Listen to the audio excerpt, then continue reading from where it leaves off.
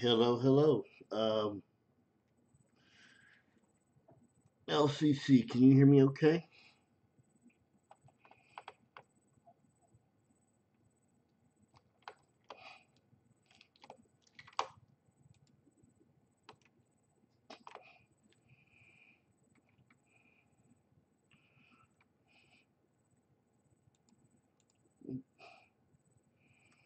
Cool. Hey, Jeff, thank you for subscribing. And by the way, if I have not subscribed to you, I will do that. I've been preparing for the chat and I forgot to subscribe to everybody that subscribed to me. So I do that. It takes me a while to catch up. Hey, good. I'm slowly learning this thing. It's a process. Oh, good. I'm glad to hear it, Jeff. Hey, y'all, look at this. With the last set of donations, I got. Let's show you. Where's a good? Yeah, here we go. I'll show you what I've got here. Let me pull it up so I can see it better, though. In fact, let me expand this a little bit.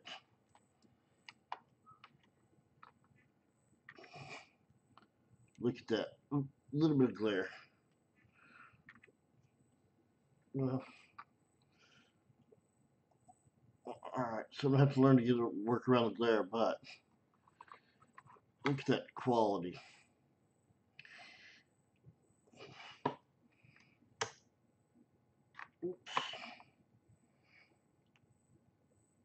Yeah, look at that. Look at that clarity. I love that. Ken, hey. So I'm gonna wait for some people to hop on in here. I'm just about a little bit early. I had a question. What I would like to do is, wow, that is really big. I just realized. is I would like to. Well, first off, one thing I want to do is discuss. Obviously, I don't know if the stream showed it, but I want to discuss the minting process and how we can look at a coin that someone says is a variety or error and know whether or not it is, what kind of error variety it is, or whether it's post mint damage. And we know that because of the minting process. But I also would like to do a couple of auctions, get rid of some coins. Um, I've got some pretty nice.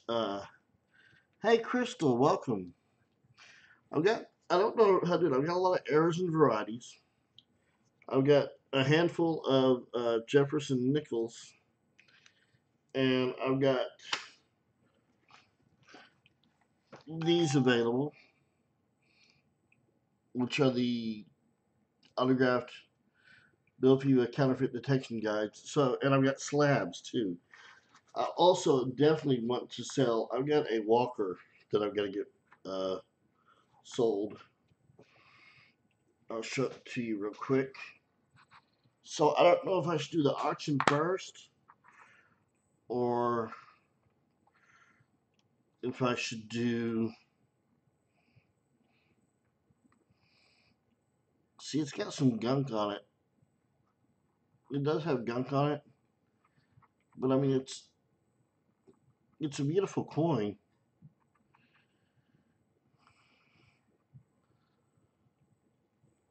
Hey, Blockhead. Hey, everyone. So I don't know. Should I do auctions first and then lesson, uh, or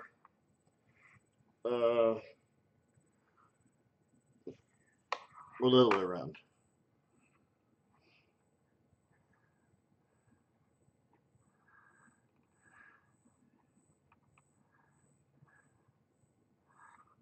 I'm not touching that, by the way. It just looks like it. Hey, Blockhead. So, what do you all think?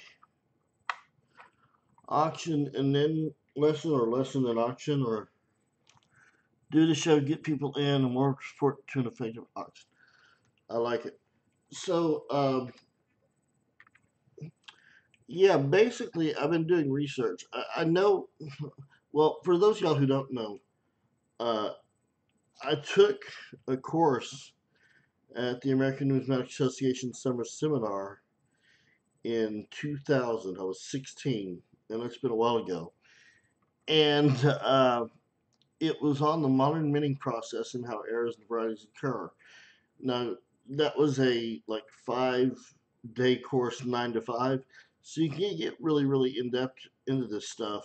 But I wanted this to just kind of be a basic here's what happens, real straight and to the point with a chart, and then explain examples of, you know, how we can tell actually, for instance, well, all right, a good example is a clip or a clip planchet, incomplete planchet, whatever you want to call it. There are a couple of telltale signs to notice whether or not those are real or fake. They don't always show up, but it's pretty good indication. Because otherwise, someone could just take wire cutters and make them themselves all day long. But with knowing how the minting process works and knowing what to look for, you can figure out pretty quickly whether or not that clip is legitimate. Now, of course, I'm not going to get too much into Chinese fakes. I've never owned a Chinese fake. I don't want to own a Chinese fake. Uh, those are evil. But uh, it is interesting because you'll see a lot of people that are beginners that post what to us that have been in the hobby a little while think seems kind of crazy or unusual. Like, how did they get that? How did they arrive at that conclusion? Well, it's because they don't know the minting process. They don't know how coins are made. And so for them, it might seem reasonable for it to look like there's a 1998 over 1997 Lincoln cent. So, how many people? We got 7 watching now. Is that correct? By the way, how's everyone's night been? Oh, I'm only going to do this probably. I want to try to aim for less than 2 hours or aim for 2 hours or less. If we go a little bit longer, that's okay, but I don't want to bore people to death. So, probably, I mean, including the auctions and everything, I'd like to maybe try for 2 hours. If it goes over, that's fine with me, but I'd rather. I'd rather I'd rather go too short than too long because I don't want to keep. I want to keep people's interest. I don't want to be bored. Crystal, yeah, it's not and it's not really complex. It can get complex, but it doesn't have to be. I'm going to show you a chart, and I will actually let y'all know where I got the chart, and I can even email it to you or put it on Facebook or something. It's not my chart. I tried to find one that I could, you know, that I knew was a reliable source, but I couldn't really find one. But it is correct. I wanted one that I could distribute freely. But I'll just show you the link. In fact, why don't I? Well, I can't do that right now. I'll do it here in a minute. Um, but what we're going to go over is the plan.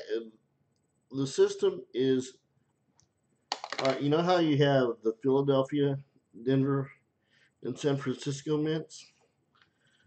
So it's PD and S.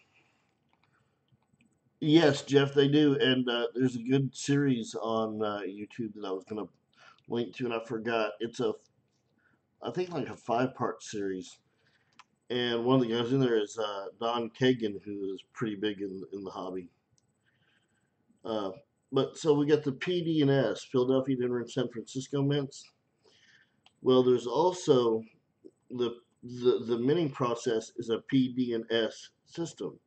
You got your planchet, your die, and your strike. And along any one of those processes, your planchet making or on the planchets, your making of the dies or on the dies, or during the striking process, things can go wrong. And so it's those three areas, seven.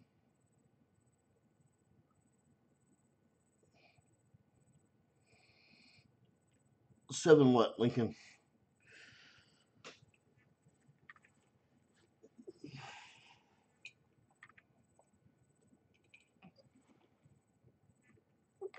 Two messages. What is this messages thing? Does anyone know? It says we've got two messages. I don't know how to.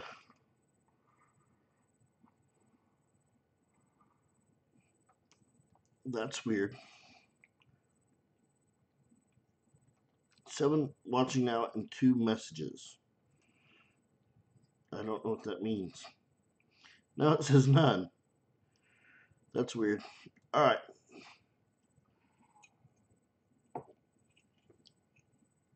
But first, we'll do the planchet process, and then, oh, cool, Crystal. And then we'll talk about the die making and then the striking, which is, that was my reminder to do this stream. Let's see, did I, all right, I disabled it. All right. 7 watching, that's kind of low, but I guess that's all right.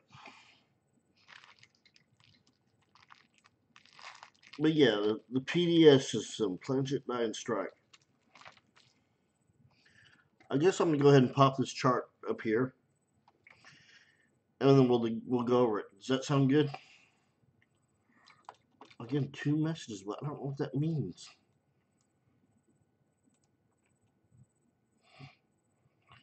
That is so weird. Okay.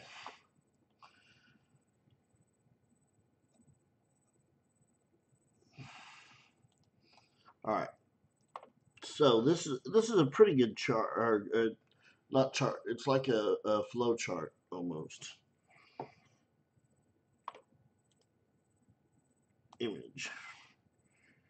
Okay.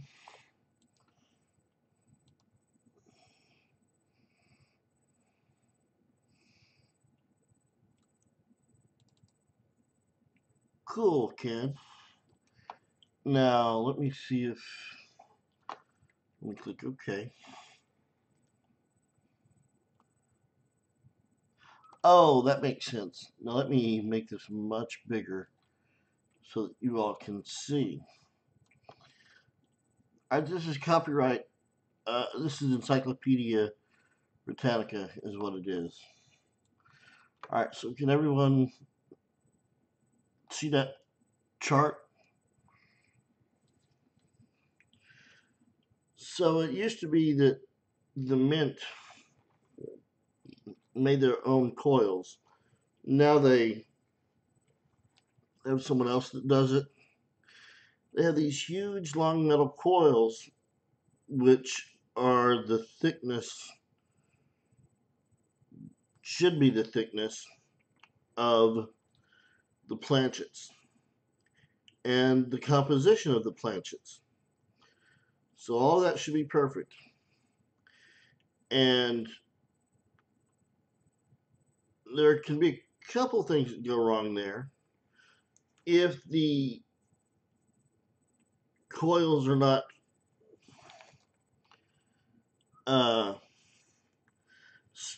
thinned out properly, you could have thick planchets,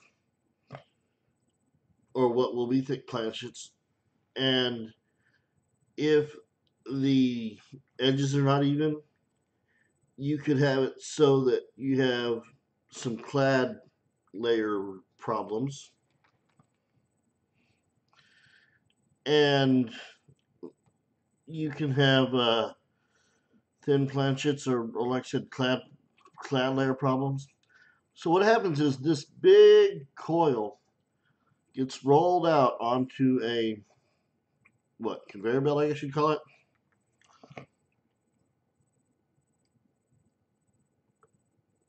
Oh, cool, Jeff. And so they unwrap these coils and they go into the blanking process. Well, the blanking press.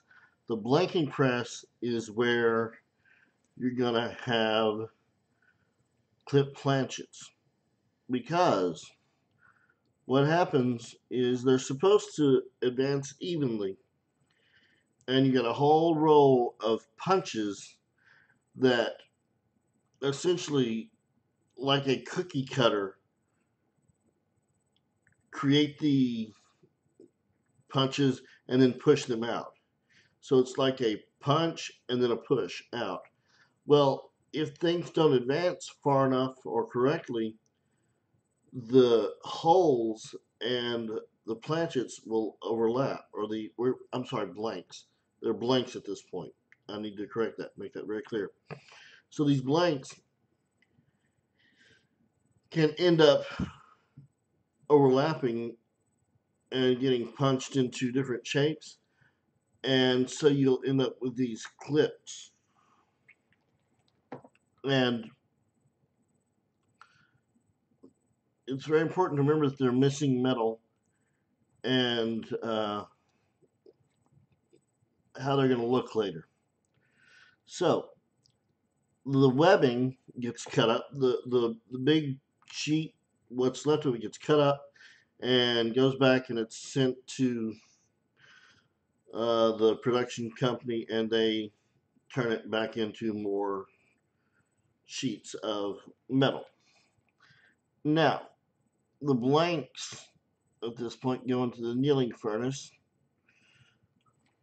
and they are heated up and hardened and softened and all that. And a few things can happen here, and that's honestly one of my weaker areas. But you can have like metal issues, um, bubbling problems, and that kind of thing. They then get to the quench tank where they're cooled down. All right. They're then sent on this what they're calling a whirl away, and the blanks, remember, are sent to the washer and dryer. Then they go into what's called the upsetting mill. This is a very important process or step in the process. The upsetting mill is where they get their rim. And once they get the rim, that's when they're called a planchet as opposed to a blank. Now, some people will call it a type 2 planchet and call a blank a type 1 planchet. Whatever you want to call it is fine with me. But remember, this is where they get their rim. Now, what happens is these blanks go into this circular area, and they're fed through, and it gets smaller and smaller and smaller a space, tighter and tighter a space, and that's what creates the rim, because they're going around in a circle, and that metal is being forced up. Now, let's say you have, can y'all see my, y'all can't see my arrow, can you?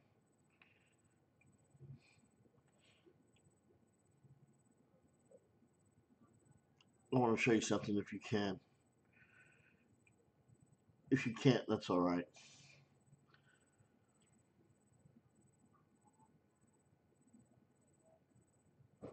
Blues, welcome.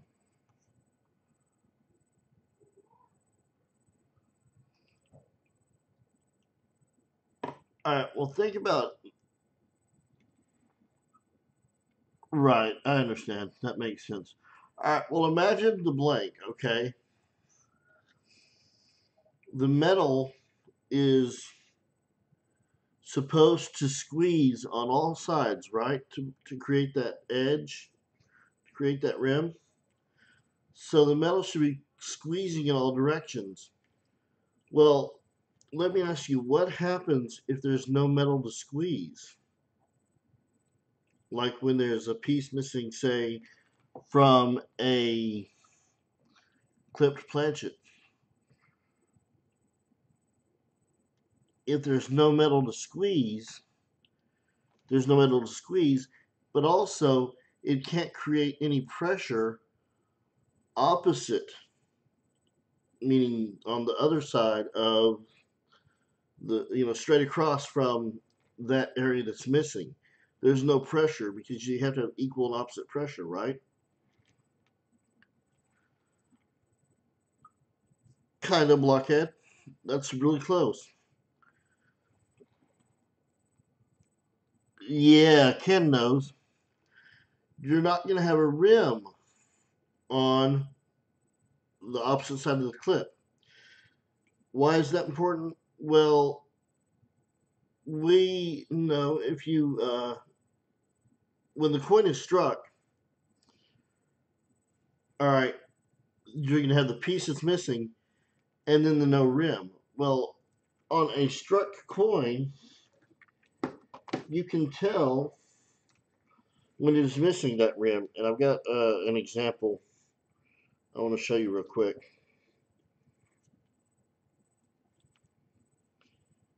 The area will be it just won't be raised uh, as strongly. And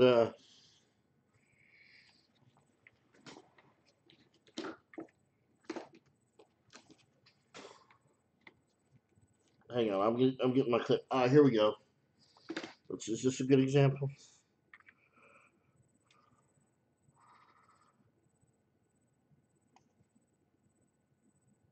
It's not the best example.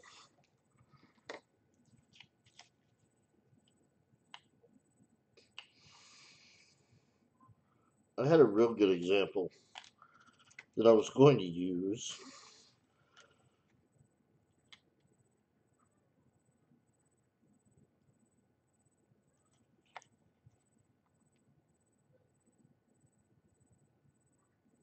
This is not a bad example.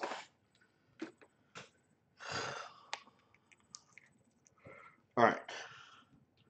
Let me remove this for just a second. And I want to show you something. Yeah, really. All right, here we go. I'm trying to make it kind of big. So there is our clip, okay? Uh,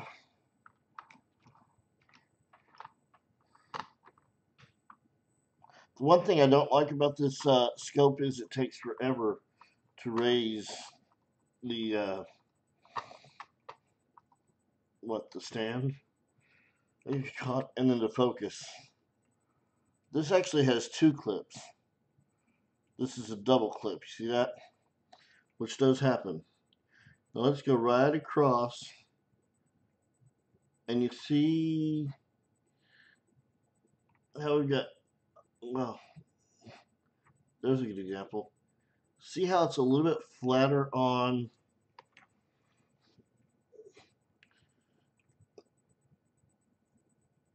right across from Liberty, or right at Liberty. If we go right across, look at that. See how it's a little bit flatter? That's because there was no pressure to create the rim right here. Another thing, I'm kind of jumping ahead a little bit, but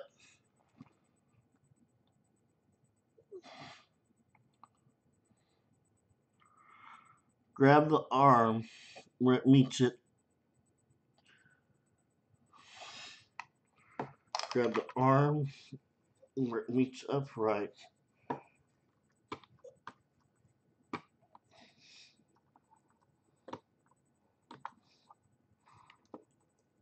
Oh, kind of, I see what you're saying.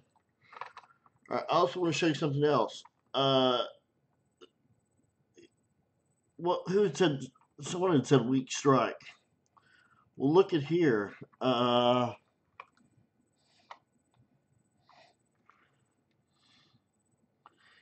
Indirect transfer. What do you mean? Let's look at, well, this is not a good example. Let's go back up here. You see how the letters are where the letters would be, how it kind of flows outward instead of being really, really strong. Again, this is not the best example, but, well, like where the T would be, for instance, pretty close. It kind of flows outward and fizzles out. That's because there's no resistance to force that metal up to create a high relief. So that's how you know that's a legitimate clip.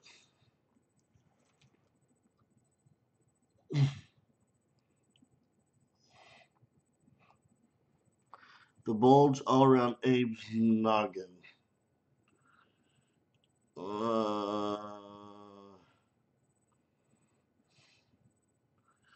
I'm not sure where that is.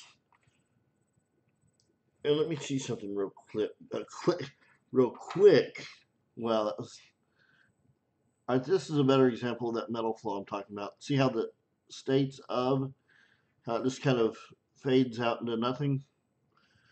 It's because there's no resistance to push that metal up when it's struck. So, everybody with me so far? I don't want to be too boring, so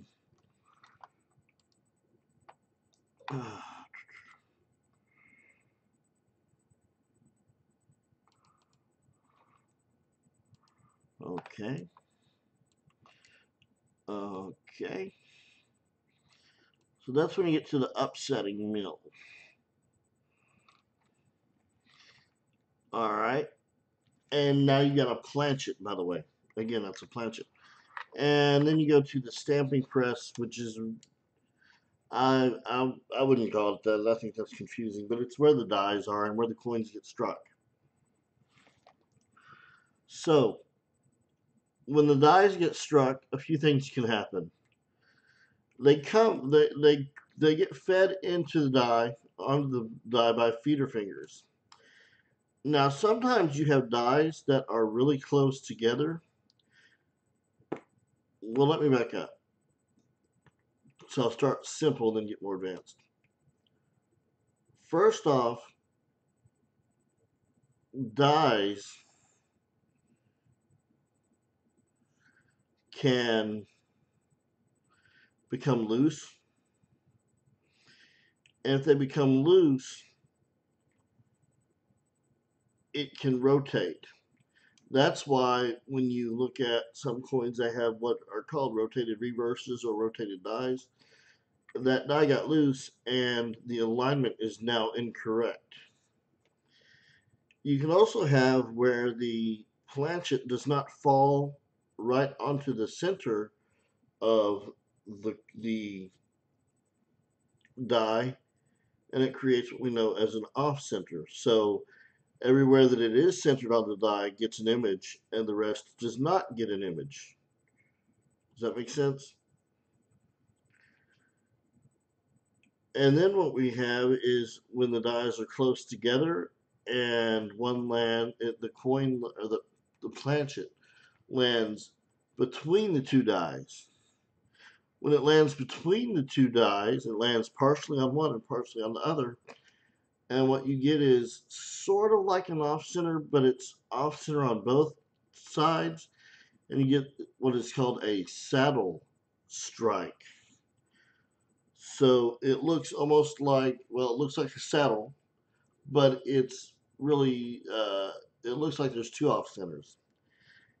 You can also have where the coin is struck and it doesn't get out in time and it is struck again. Now, it can be struck in the collar, which I'm going to talk about in a minute, or it can be struck, well, when it's struck in the collar, it'll rotate, but it'll be that second strike will be centered. When it's out of the collar, that second strike is off centered. So you have what's called a double strike. So that's another thing that can happen. A coin, two coins can, two planchets can enter the land on the dice at the same time, and you have an off center and an indent. And I wish you can look up these pictures on, there's Error Variety for Reference, and then there's Koneka, online.org. Or, and so, hey, Paula, welcome. So if two dice, one of the things I want to point out about when a coin is struck and a planchet lands onto it and it's struck again, I want to show you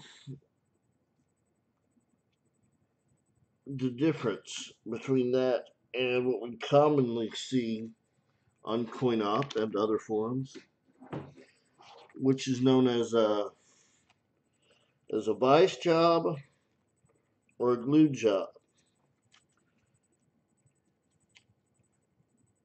On a vice job, you'll see the indentation from the other coin,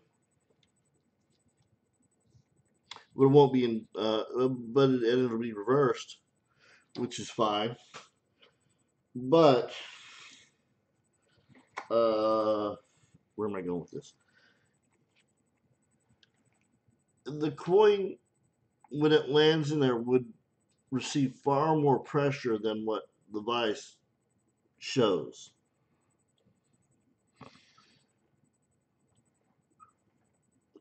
And so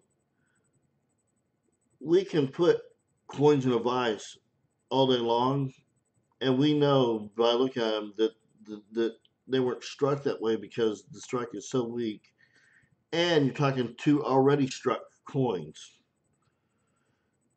It's very unlikely that you'll have two already struck coins come together in contact with each other and get struck again and only show a little bit of damage. And so that's something to think about too. And I mean, if anything, you'd have a very, very deep strike. It'd be very, very, very strong, not weak like a vice does. You can also have where a coin is struck and it stays on the die, and that coin now acts as a die and strikes another coin. That second coin, the one that was struck, becomes or is called a brockage. And I used to have a really nice example, and I ended up losing it, and it was horrible. And that is a capped die too. The capped die can create a brockage. My vice broke, so I used the head of a sledge. Yeah, I mean it's amazing. I actually was gonna make one today, but I didn't have a hammer. Um, and then, and the more that capped die is stays on there, the more that metal wraps around it, and it becomes really really long. You also might see examples of blanks where you have 5 or 10 that are struck together. Those are found in bags more often than not, if they're legitimate. I saw one years ago that had, I think, 20 struck planchets all struck together. It was at Arnold Margolis's table, who was I think he's passed on now. He was a fairly preeminent error dealer, and the more fantastical the error, the more you have to wonder how it got out of the mint. There are helpers at times.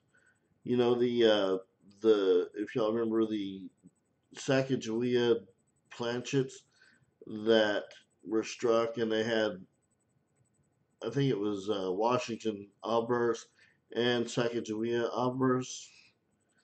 That doesn't happen without help. That's definitely a sign of someone that helped, because you got to remember they look at all these points too. They look at all, I mean, not all of them, but they check samples, and so someone should have seen that and noticed it. Which also, I want to point out something, and I've talked to a few people in the hobby about this. In 1995, when those double ties came out, and by the way, you've seen like 3 people have found them in the last week, 2 or 3 at least, that we know of. They made a lot of those, and it lived from what I can tell, a full die life. If they're hand inspecting even just 1 or 2 every now and then, I find it hard to believe that they were not noticed by someone somehow. And yet we have about 500,000 to 1 million, depending on your estimate, that escaped. And I will say, what is interesting is it was the 40th anniversary of the famous 55 double die. And it was almost as dramatic. And there is speculation, and I don't know, this is getting conspiracy theory out there, but um, there is speculation that the director of the Mint knew about it. Now, if he did, he can't say anything about it, and then he literally has to go to his grave because, I mean, he would be held responsible for that. So, but there is some speculation where either he planned for it to happen, or he said, or it happened and he just let it slide. It's just that's you just have to wonder with. I mean, my family and I, over the period of that year, found 600 of these things.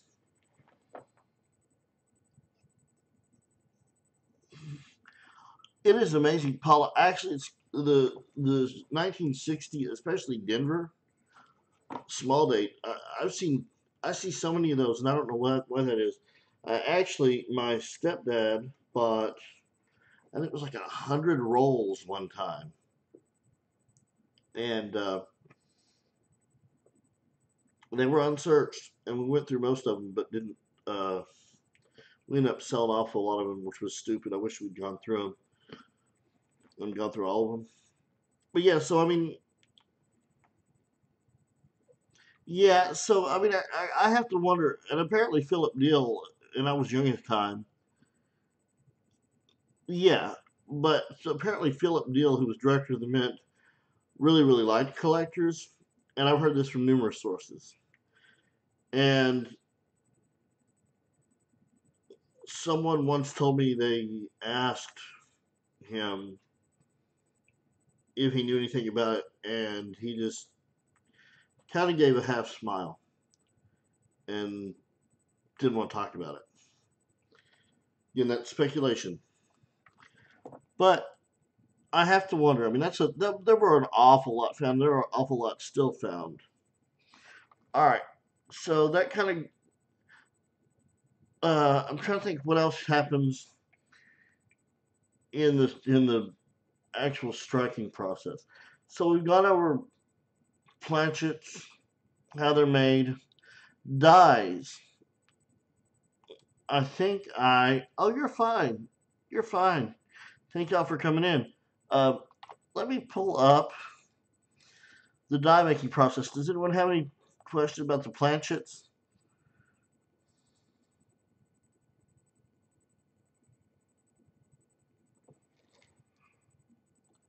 Oh, was that the quote, Ken?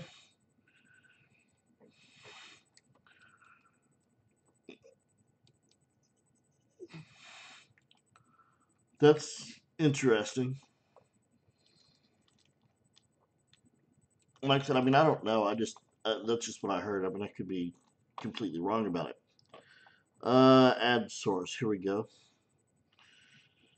Oh, Corey. Hey, Corey. So we got Corey and Paula joining, and Black Steel and Logan.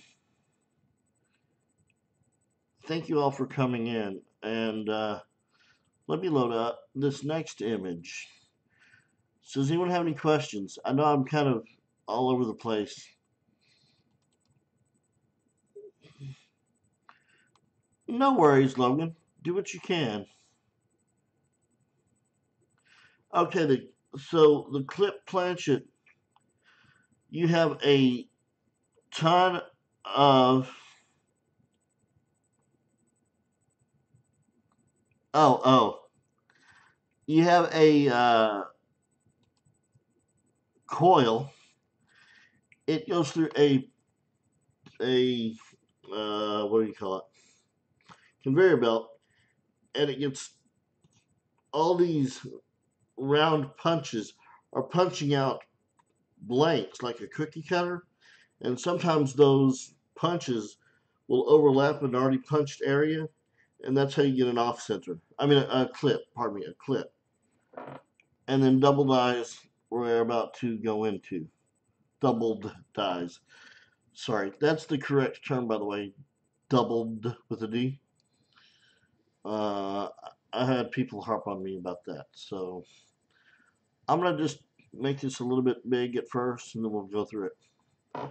First, you have the design process, and now they do it with computers pretty much, and they get all the layout where everything should be. Now, keep in mind, these people know what they're doing when they design. This is another. A lot of times, you'll see people say that T doesn't look like it was made right. What's my pet peeve? But they'll say that T doesn't look like it was made right, or that R looks funny. That I don't think they designed that correctly. They know how to design the coins. They've got it down to an art and a science. They've been doing it for over a long period of time. And so what happens is they get the design ready. Yeah, Ken. They get the design ready, goes in the computer. They then sculpt it with first it's plaster. They make a plaster cast that's about, I think they said, 5 inches in diameter. It's really really big, but it's the exactly what the coin's going to look like. It's exactly what the coin is going to look like. Well, then that is coated in epoxy resin, and they take they it's all electronic at this point. I think used to not be. It is now. They take a fulcrum, and on one end they have a little punch that's going to be the hub. The fulcrum goes all around, and they trace this epoxy resin model that's much bigger. It's called the galvano. Except it indents or makes everything incuse so that uh, what happens is, so it's incuse, and you get a hub once it's done. I think it takes about 12 hours to actually carve everything into the master hub. Now the master hub, this is here's the thing. Whatever the master hub looks like, all of the coins are going to look like. So if something happens and that master hub gets a nick in it, every coin minted will have that nick. Every one. Because that's the master hub. The master hub creates master dies. And all right, we said the master hub is incuse or indented. Well, it's like what's a good example? It's it basically uh, acts as a punch, and it sort of strikes the die. I'm sorry. Whoa, whoa, whoa, whoa, whoa, whoa, whoa. The hubs. I'm incorrect. Ken, why'd you let me do that? The hubs are not incus. They're raised. They're raised. They're just like the coin. All right. Forget everything I said.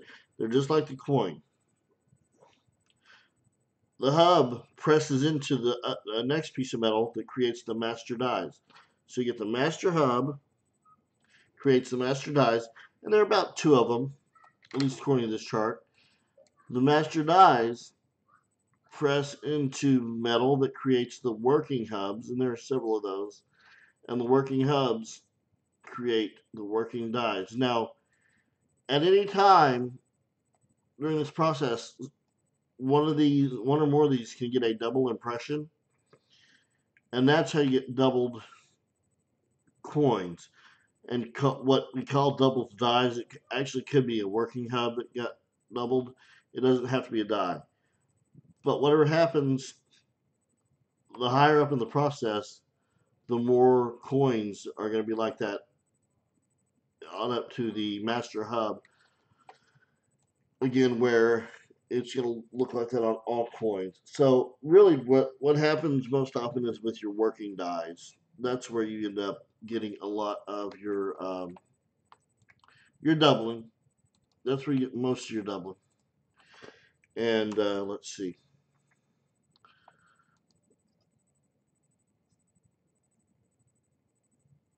I wanted to check something real quick. All right. So that's really okay. As far as doubling, that's how it's done. Now, these working dies strike many coins per minute, hundreds. All right, hundreds and hundreds and hundreds. And they strike with tons of pressure. Eventually, these dies can break down. And if they break down, chunks can break apart. And that's where you get die chips, die breaks. You can get CUDs, which, let me clarify or reiterate, CUDs are major die breaks at the rim or edge, whatever you want to call it. Major die breaks at the rim. You cannot have a CUD in the middle of the coin. You can't have a CUD in Liberty or the R in Liberty. You can't have a CUD in Lincoln's ear. All right, you can only have a CUD at the rim or edge of the coin, and major die break, that's debatable. But it's definitely got to be at the rim for it to be a CUD. And eventually, what can happen is, bigger and bigger chunks come off until you have, a lot of the coin is all that is just extra metal. It's not really extra metal, it's just metal that has flowed up higher, by the way. All right, so that's really the planchet. And that's how dies are made. Striking process. Again, a couple things that can happen is is doubling. When the coin strikes, it can accidentally kind of bounce, and you can get strike doubling, and it can actually shear the metal, and you can get um, split plate doubling, which up until a few years ago I didn't even. Well, no, up until a few months ago I didn't even know that term. Everybody called it strike doubling. It's interesting that they. Oh, I'm sorry. Yes, Corey. It's interesting that they. So I don't know if that's a relatively new term or what, but I had not heard the term. Uh, People always told me it was strike doubling when it's really arguably a different kind of doubling. The other thing I wanted to point out is, so I mentioned with when you're making planchets, the thing about, all right, so when it happens to the planchet during the planchet making process, it's an error. If it happens during the striking process, it's an error. If it happens to the die, meaning everything that happens you're going to see on all the other coins, that's a variety. And that's important to realize because I'm going to go on a little bit of a soapbox here. But according to what I read, there are about 6 billion 1982 Denver small date Lincoln cents struck. Those are all properties of the die. 1982 small date Denver. There's 6 billion of those. One planchet has been found that was made of copper on the 1982 Denver small date Lincoln cents. That's 1 in 6 billion. Right now, that's your odds of finding one of those. And literally, your odds are better of of winning the lottery more than once. I'm not saying I don't check them, but it amazes me the chase that is out there after them because it's a planchet. It's one planchet.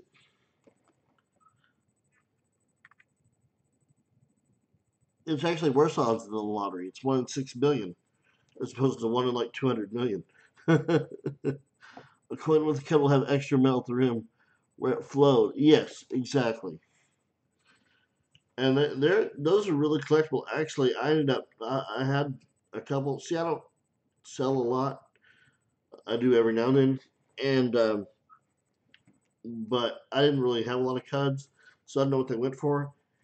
And I sold one for $10, and the guy came back and said, "You have another one for 10?" Well, I found out in the meantime I should have sold it for like 25.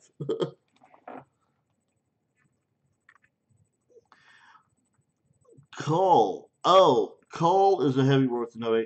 Oh yeah, another thing is that the dies can be filled with grease or any kind of other gunk, and if it's filled with grease, it can't, and no metal can flow up into the area that's so filled. So there's gonna be a missing design there, and that's where you get your grease filled design. Yeah, yeah, exactly, Ken. Ken's right, of course. Ken, have I missed anything? What are your questions, y'all?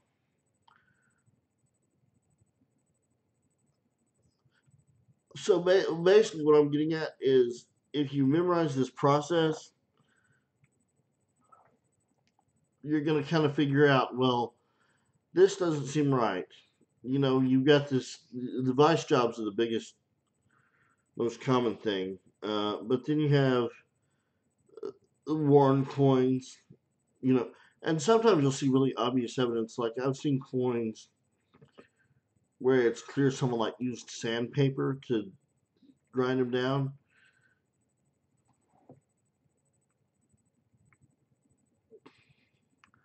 Die slip. That's interesting.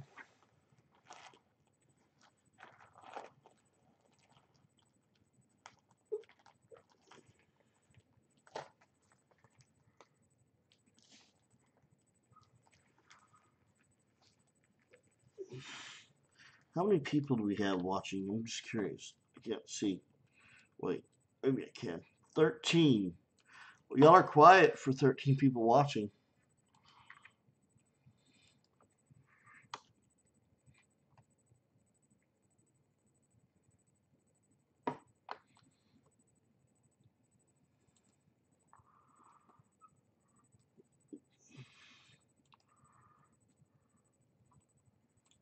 Are there any questions right now?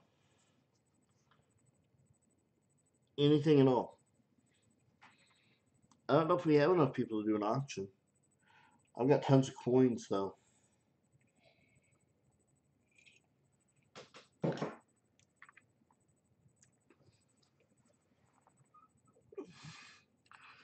Dropped letter. Oh, Crystal, good question.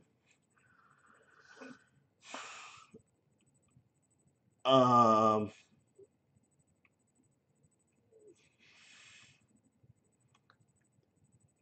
Even in the back of class, I've watched 3 hours of harassment at work videos. Wow. Were you a bad boy?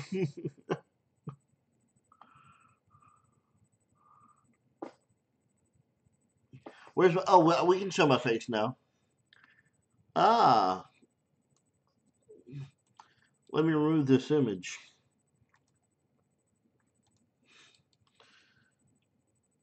And I can give you copies of that, of everything else.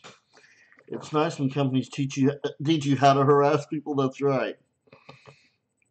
No yearly training. Oh no, yearly training. Okay, sure. I'm teasing. All right. I'm sorry. There was a question about drop lettering. So that's when that grease hardens, falls out of the die, and it gets struck. And sometimes it's completely obliterated during the strike, or sometimes it actually can stay in there. Oh, and struck through. That's exactly what it's a struck through is really what it is. No, Paula, I didn't. They are ready. I was gonna get new frames for my lenses. They did not have any frames that fit my lenses. So I had to, whoa, what is wrong with my head? Looks like someone beat me up. But anyway, JC, yes, I would say so because it's a every planchet struck with that combination, there would be, uh, yeah, I would say it's a variety. I mean, it may be an error, but I would lean toward variety.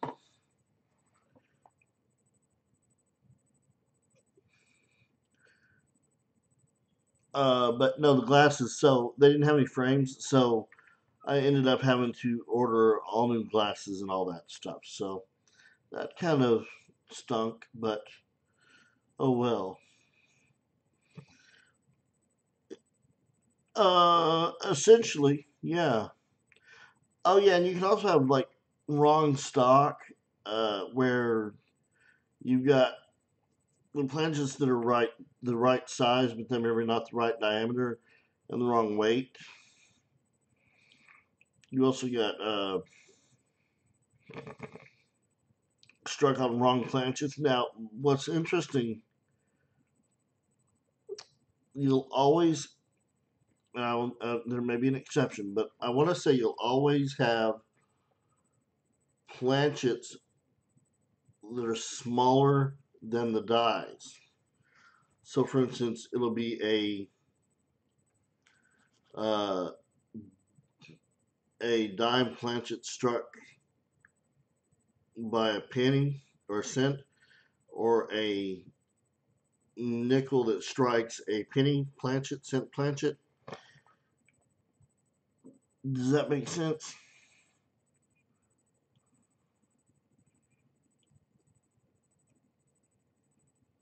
PCGS certified a nail. Really? Wow.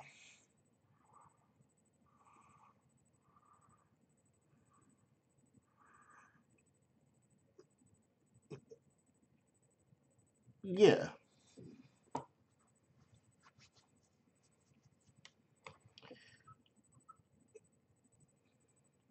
Listening and roll hunting. That's cool. I need to get some rolls when I get some money. I'm gonna have to.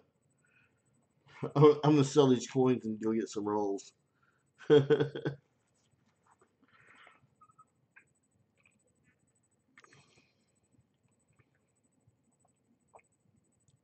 see. All right, chat has stopped, so it's probably gonna scroll up really fast. I'm reading. Doing now sell for 18,000. Wow. I don't know. That would be awesome. A nail. Oh, and you can also get. Remember I talked about the. I just lost the term. The webbing that gets shredded up. That you can have struck webbing. You need a blanking burr, aka rolling fold. I'm trying to think.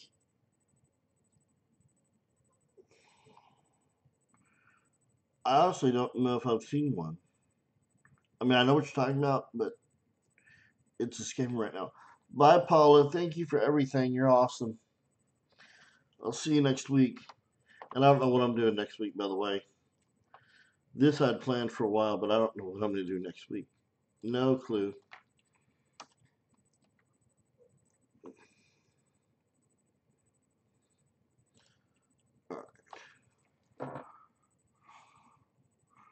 Ken cannot get a coin graded with a graded nail. Yeah, that's right. Plant roots. What?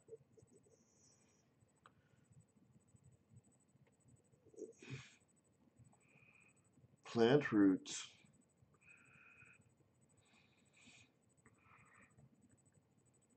Oh, I know I forgot. The collar. The collar holds in the coin to keep it from expanding. And I've actually got an example of where it didn't. And when it doesn't, you have a broad strike.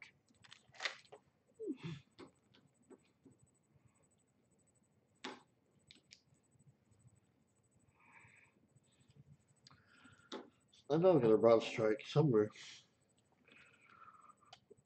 I've got broad strikes. I got white AMs. I got 72 double S. By the way, Lincoln, I found I've got more than one of the 72s, so we can figure that out if you want to do something on that. Where did my broad strike go? I can't find my broad strike.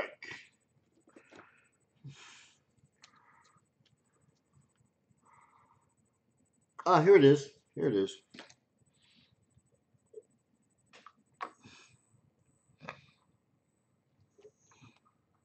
Oh, I'm sitting here trying to. Yeah, no wonder.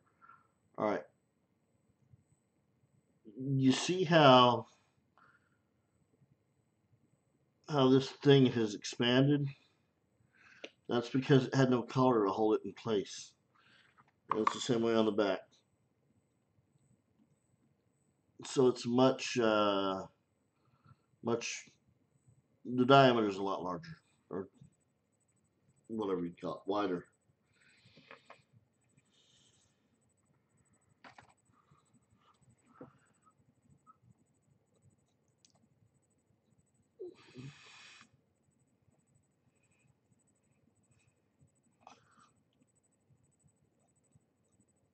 A coin with a hole.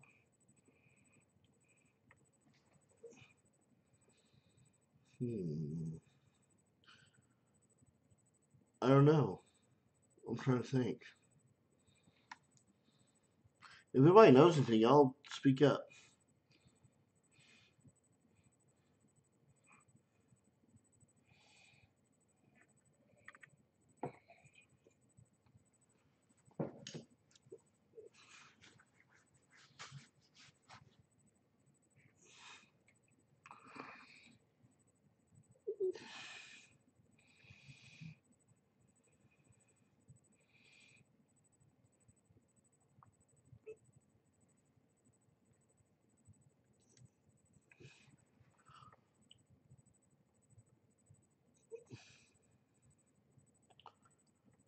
I don't know. I mean, there's like there's ragged clips,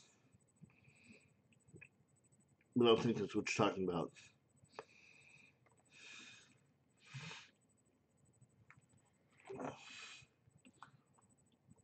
Yeah, that's true, Jeff.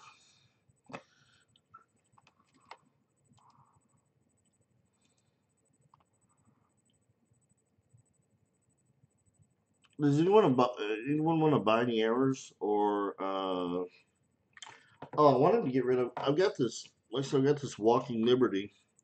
I've got some high grade Lincoln cents. I mean, Jefferson Nichols, early date. If anyone wants to. And then, like I said, I've got these for sale, which are the counterfeit detection signed by Bill Fiva. The only thing wrong with them is the printing is the pages kind of got out of order in the printing. In that you have to do this, but it still works. I also have, which I wanted to get out. I don't think I got them out. I got slab stuff too. Who wants an auction?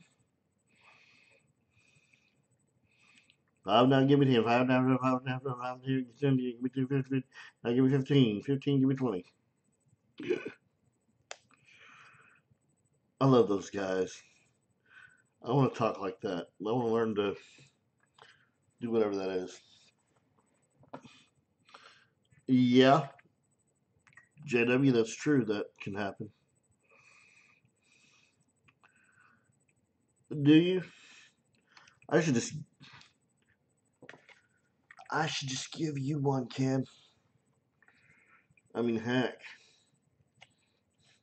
it's not like you're the professor or anything, right?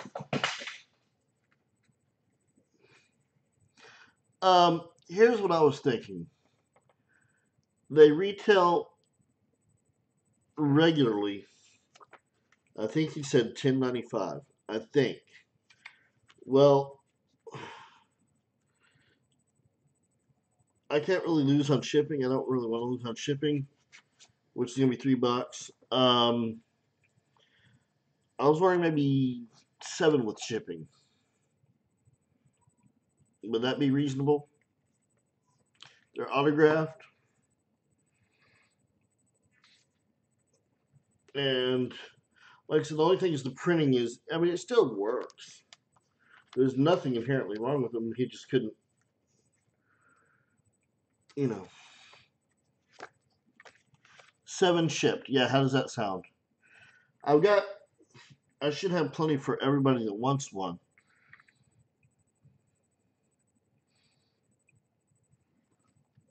And I'll make sure some of these are not in great shape. I will pick out the best ones. And all right, we got Ken down for one. We got Lincoln down for one. Uh, Let me get out a notepad. Ken gets a counterfeit detection. So does LCC, counterfeit detection. Jeff, counterfeit detection. All right, cool. Anybody else want a counterfeit detection? And yes, coinwriter@hotmail.com. Yeah, goods and services only. I learned that from Ken. Yeah, 7 with shipping. I think that's, I'm not trying to make a killing, but it gives me a couple bucks to work with.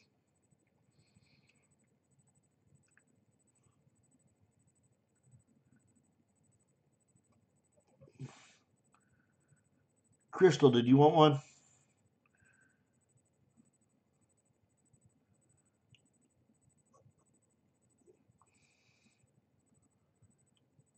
Oh, okay. I see what it was. I'm sorry. I was catching up to chat. Mantic. All right, so it's $7, y'all. Uh, that includes shipping. Now, I've got you all down, so if you will order something later, here in a minute, then you can. I'll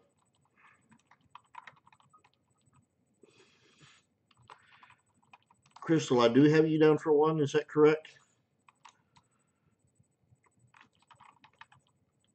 So let me tell you what I have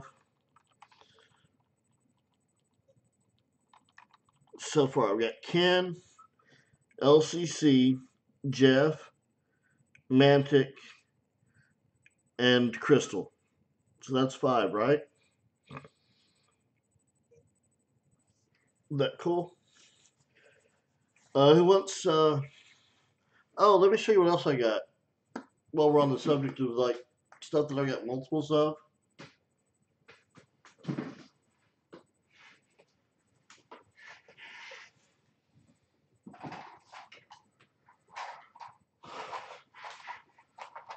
When I was at the Denver World's Fair of Money,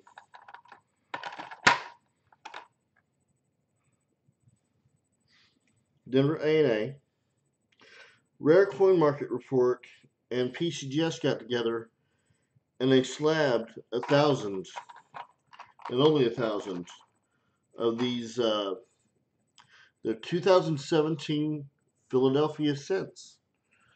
So there's only, I like to do it like this actually.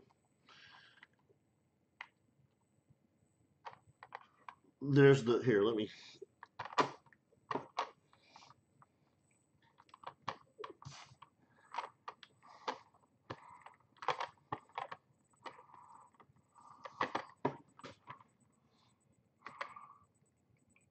Okay, Crystal, y'all be nice, don't. All right, so we have PCGS Denver Rare Coin Market Report Collector's Set, 1 of 1,000. They all say 1 of 1,000, and they come with a BU 2017 Philadelphia cent. Oh, blues. I'm sorry. Let me back up. Bill Fiva wrote a counterfeit detection guide, and I really should have gone into more detail, but it has the genuine characteristics of many die varieties. There's like this is 51 pages, and then it has coinage dates and that kind of thing. It's got pictures of authentic die varieties, and it tells you a list of pickup points and characteristics. It's a counterfeit detection guide. It is autographed by Bill Fiva, and it's $7 including shipping. They printed them wrong, and that's how I got them, or a few of them. He couldn't. They couldn't sell these really, so I got them, and they're $7 with shipping is what I'm doing. So if you want one, let me know, and I can get you one. Uh, some of these are kind of messed up, but I will get you the best one that I've got. $7 shipped, yeah. And I don't know what to do about these. I've got a few of these now on eBay. What they did was they had this set of 1,000. They had a signed set from I can't remember who signed them that are like 250 were made, and those are going for about $50 or $45. These obviously should not go for that because there's 1,000. So I don't know if anyone wants one of these, but they're the 2017 P and they're slabbed and they're Jim BU is what it says. So, and it's PCGS. So blues, I need to put you down for um, counterfeit detection, correct? blue, and that, like I said, $7 shipped. Counterfeit. You got it. So we got Ken, LCC, Jeff, Mantic, Crystal, and Blues.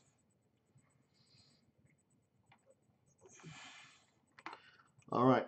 So is anyone interested at all in these 2017s slab? I'm just putting that out there just because I think they're neat, and I've got some.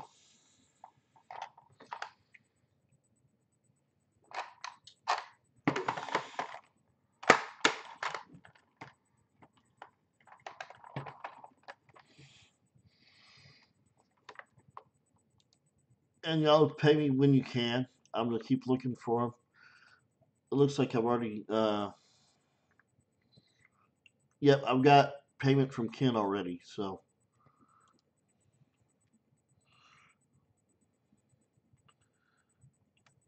thank you, Ken. I'll get you done. So I've got those, and I've also got. Well, I really don't need to rush. I don't need to rush. All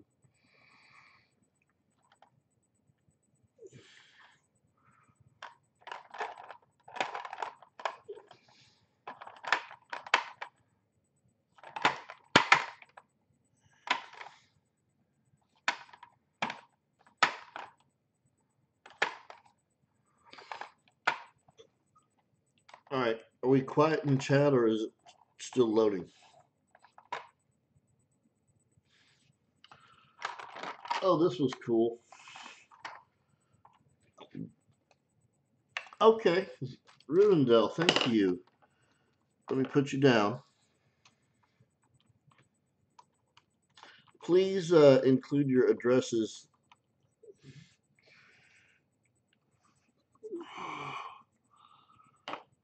Okay, all right. So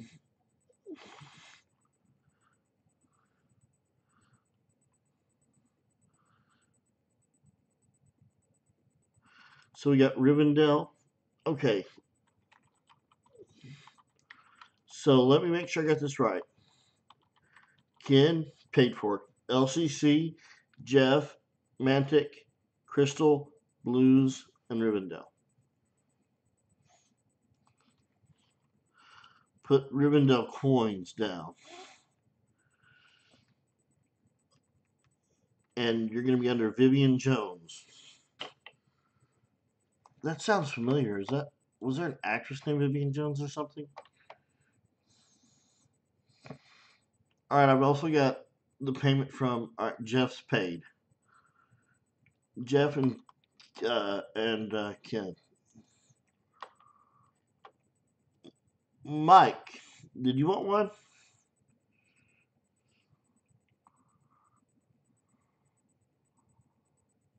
Do you know what we're talking about, Mike?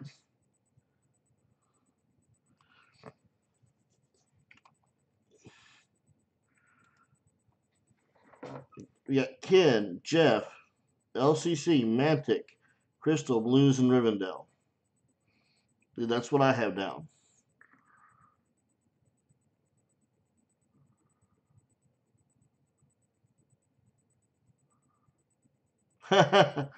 Mike, what it is, I'll update you.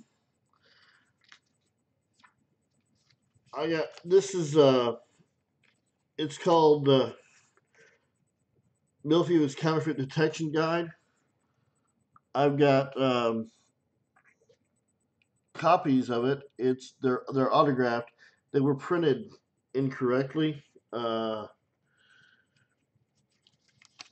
You have to flip it over basically in order to read it so that it makes sense.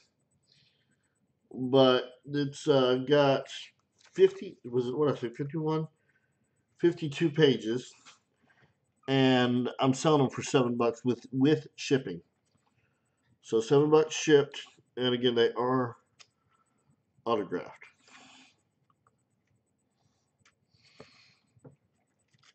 And some of these are not in great shape. I will find the best ones to ship out to you all if you want one. Printed in Hebrew?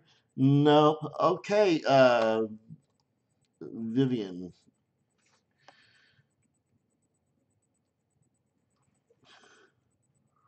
Got you down, Vivian. You're good. Thank you very much.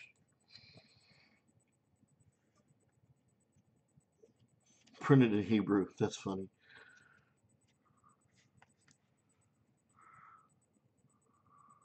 Oh, I understand that, Mike. Now, Mike, weren't you? I want to make sure I heard this right. Did you say you're the Mike from? And I just lost the. I just lost the name of the show.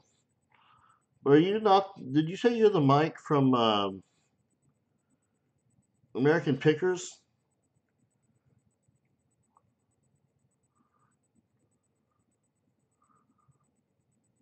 or was that a joke? Because I watched that show all the time. I didn't know y'all's names, but I watched. I used to watch that show all the time.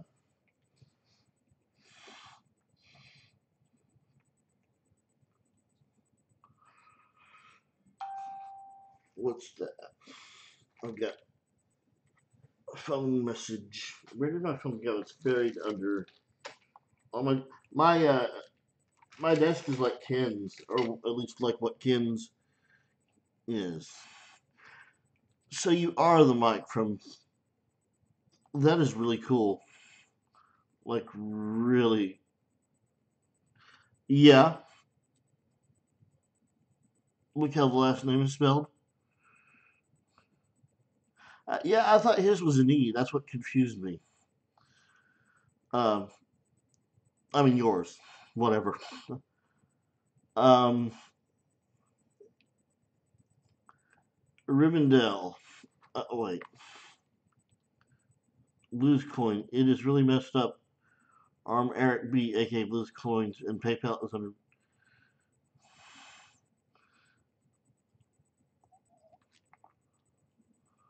Um, all right, let me update y'all real quick.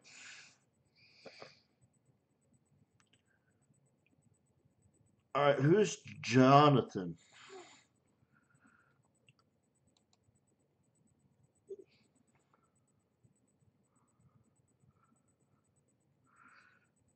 Welcome back, Professor. All right, Professor's paid, Jeff's paid, Vivian Jones, and Jonathan. Jonathan, okay, all right. Let me just note that real quick. Rivendell.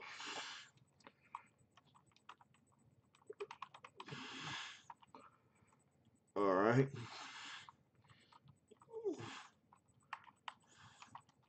Yeah.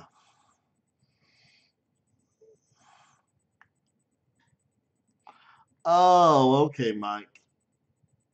I yeah, that I'd wondered. Would have been cool. Um, and we said Ken is good.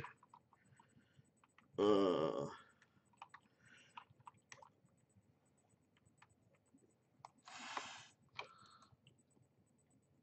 yeah, I think we're all right. So if you haven't paid me, get to it and I'll do it.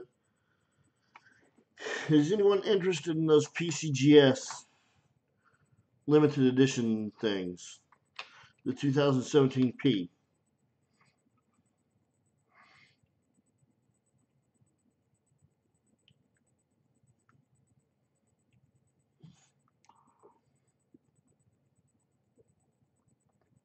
Anyone want one of those?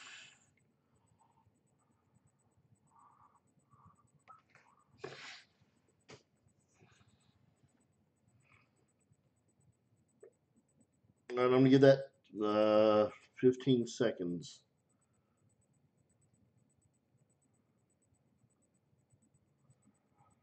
10, 9, 8. Honestly, uh, I wasn't. Name your price. Start a bid.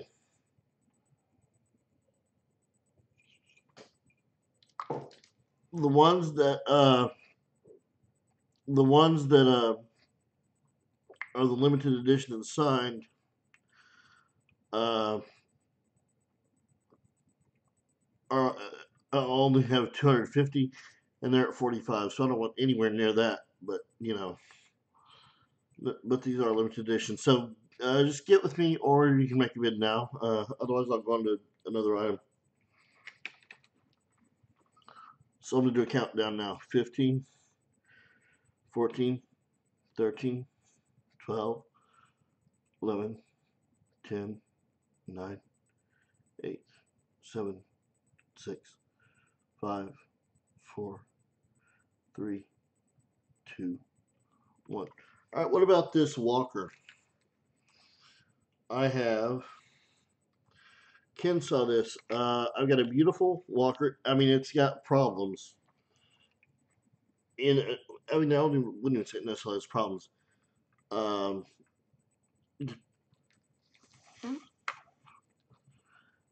Ken, I mean Lincoln. No one wants the 17 Ps. They're slabbed. So I'm going to go on to this walker.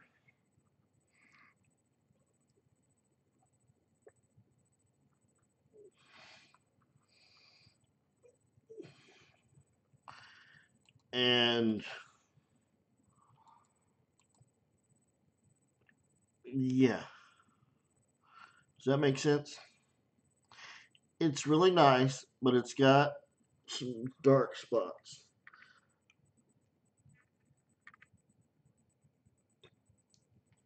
So, what? Yeah.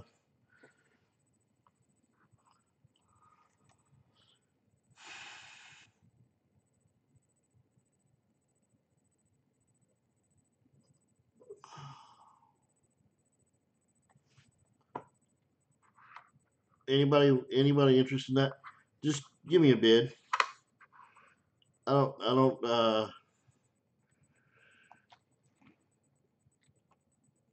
need a starting bid. I mean, I don't I don't have a. It's no reserve is what I'm trying to say. No reserve on the Walker. It's a 1935 250 with shipping. I mean plus shipping. Five. All right, five on the Walker. 14. Jeff at 14. Again, I'm trying to show you the spots that have issues, but we're at 14. PV did say this is like a $20 to $40 coin. It's probably. I mean, I don't know. 14. Trying to see where is. Oh, I know what I need to look for. Here we go.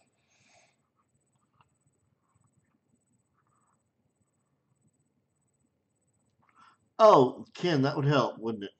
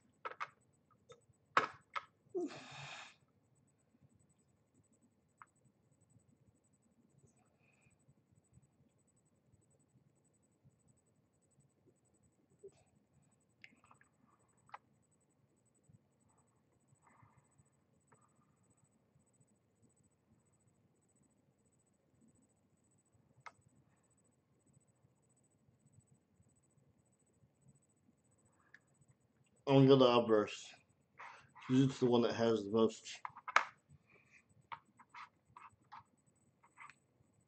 issues.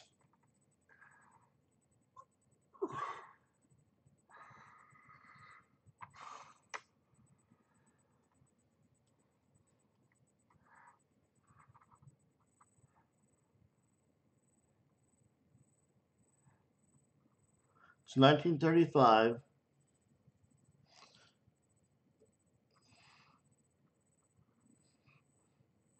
Like I said, it's got a couple issues. 16. This is a steal at 16.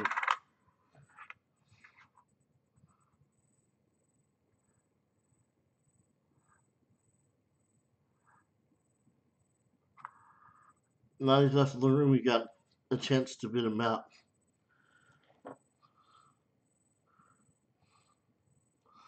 We have 16 at all.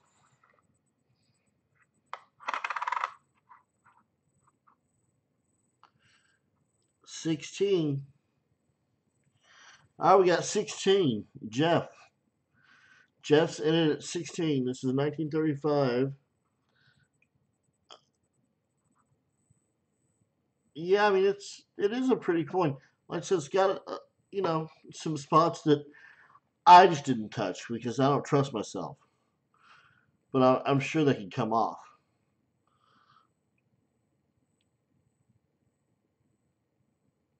16 Chef, 17 anyone. Corey, you've been outbid. We got 17 now.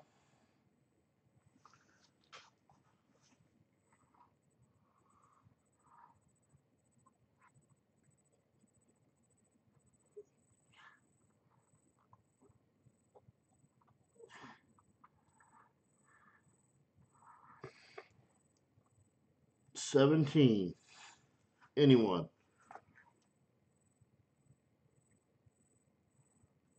Professor, you out?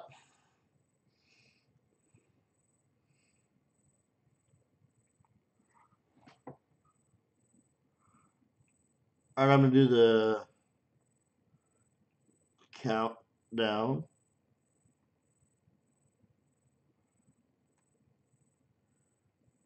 15,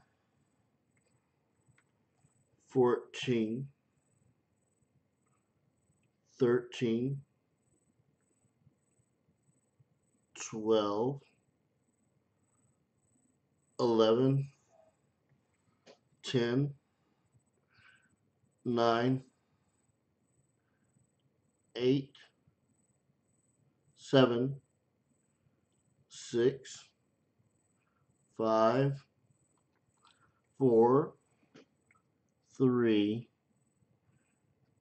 2, and Jeff gets it at 16. That was a steal. That's awesome. All right, Jeff, I'm going to mark that down. And you already bought something, so that's combined shipping on that. Pardon me, Jeff. I took it out of the the 2x2 so you can see it, but I will make sure it's very secure when I ship it. I'll make sure it's in a 2x2 and looking really good. Any? Oh, what about high date? Pardon me, high grade early date Lincoln. I mean Jefferson Nichols. I've got a what is it?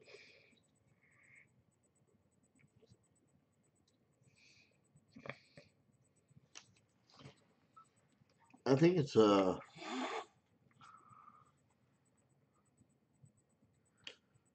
1939 D. What do you mean? It's three. Oh, I'm sorry, $3. $3 shipping. This is a beautiful 1939 D Jefferson, and it's according to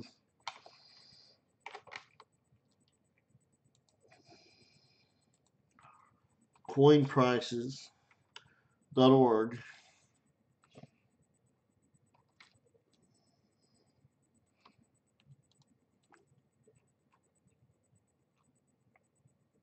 Um,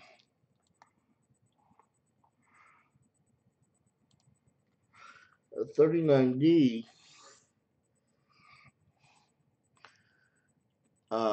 is 46 to 80 bucks depending on the grade. I'm not going to begin to determine that grade.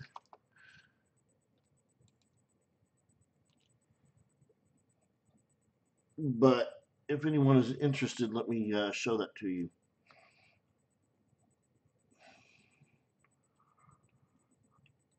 Let me make sure I've got it in the view.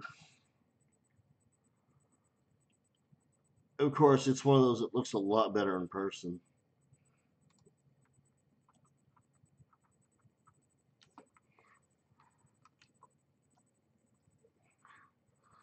I mean, look at that. That's a beautiful coin.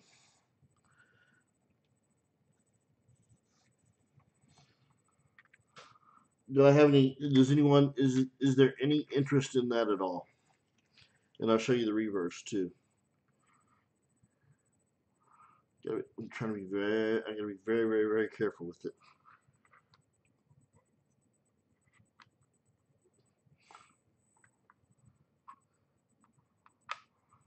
Uh,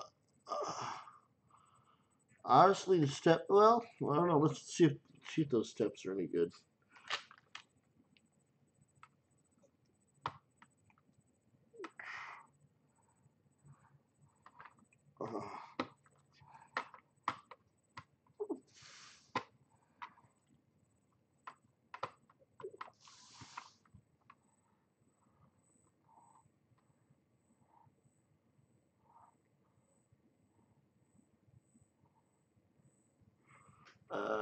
No, definitely not full steps.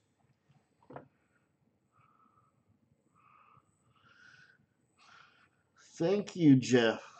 Does anyone interested in this 39D dime? I mean, 39D Jefferson.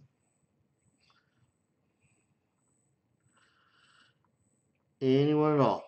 And Mike, I'm sure there are errors. I'm not sure about varieties. I'd have to look it up. You can go to varietyvista.com and check, or doubletodie.com. All right. No interest in that nickel? Is that correct?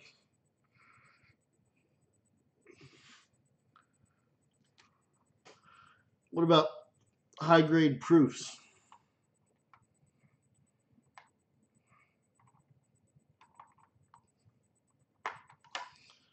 Let me see what I got.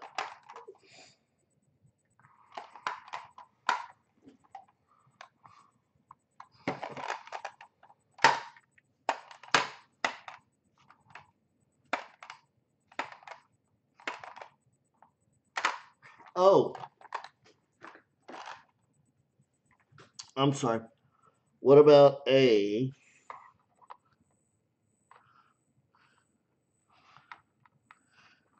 1989P PCGS Mint State 65 full steps? That holder's kind of scratched.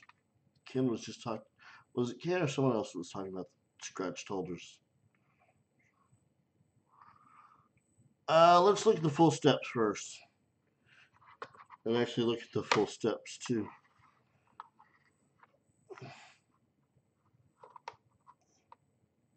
Oh yeah. I mean, there's some glare, but look at that.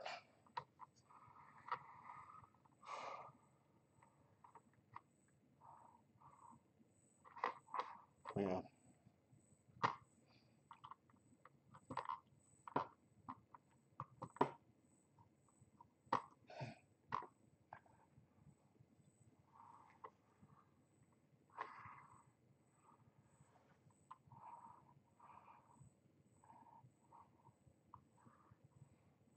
Man, that is all scratched up. There we go.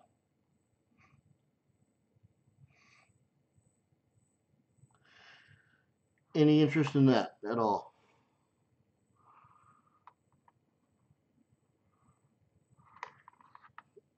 And that actually, Well, it's kind of messed up.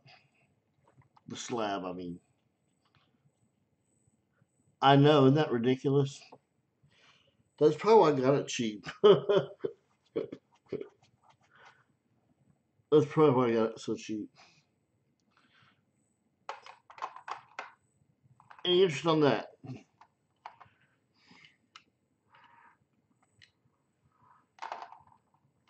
Okay, no interest on that, it doesn't look like. Uh,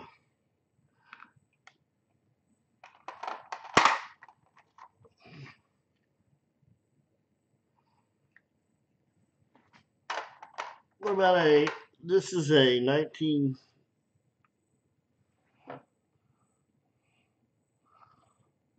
really, JC, that would be cool. This is a 1962 Proof 66 red 1 cent.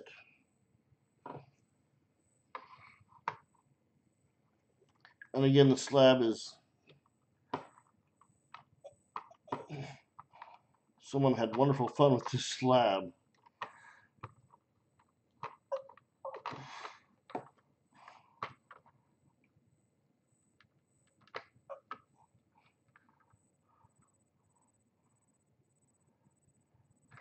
You can't tell anything about that. Man, that's the one thing I hate about slabs is if they're really scratched up, you can't see past them. Beautiful coin, that's not gonna sell. I'm not even gonna list that. I've got white AMs and a couple of clips. The 1992 I, the doubled I, and I've got some Buffalo nickel varieties. Is that anything that anyone will be interested in? I've also got some Type B reverse Washington quarters, high grade.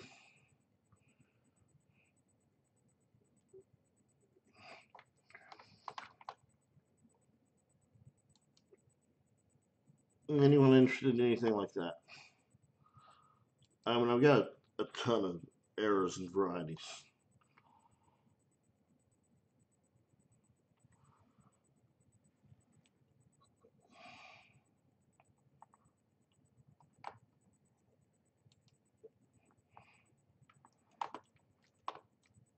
Chat got quiet on me.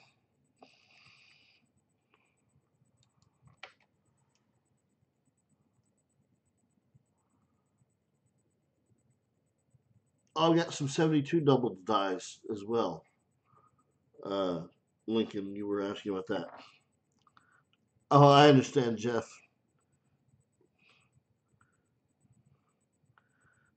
Blues, it's all right, Vivian. I understand. Yeah, man, it's horrible how bad those slabs look under the light. The coins are beautiful, but the slabs just look nasty. That's a shame.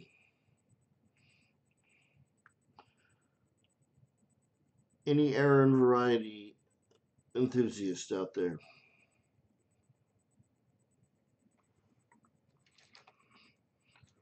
I'll show you what I got, but I gotta know if you're interested. Oh, yes, I did. I've got a couple of proof quarters. Let me take that out and show you. Here's a 2002. No, I'm wrong. No, I'm not. 2002 copper clad statehood quarter. It's Louisiana.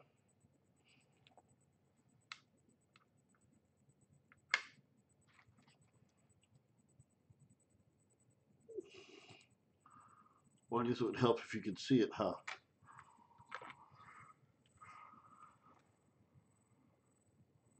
Look at that shine. I'm not touching it, I'm just showing you the shine.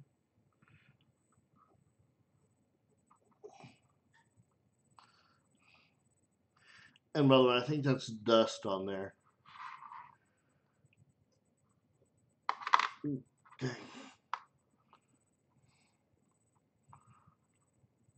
That's pretty. I need to get some more. With this money, I got, I'm gonna pay off some bills and get some gloves.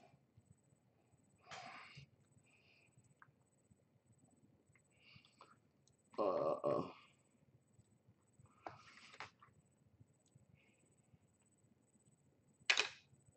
no interest in that. 1972 double nine. What type? Let me show you. I've got.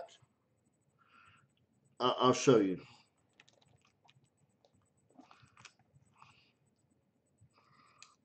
And again, I got wide AMs as well. 88 reverse of 89s, 89 reverses of 88s, and then these 70. I've got 98s and 2000s, I think, on the wide AMs. But let me get out the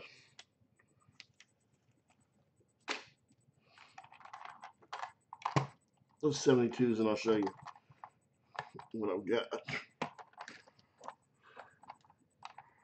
as far as what they are.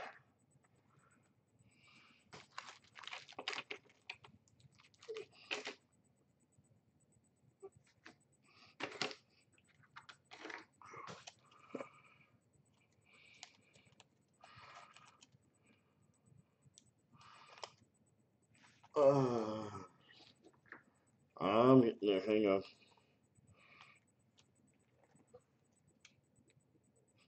Here's a 72 double die.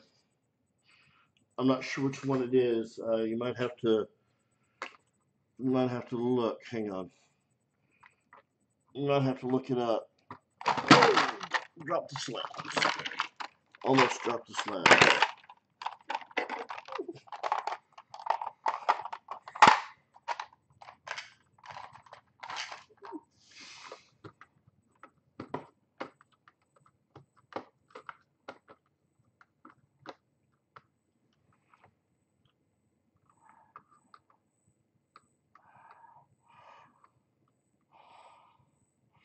Why is it so? That was not bright like that. Oh, I know what it's. I can fix the light. I forgot about that. Well, I don't want to fix it that much.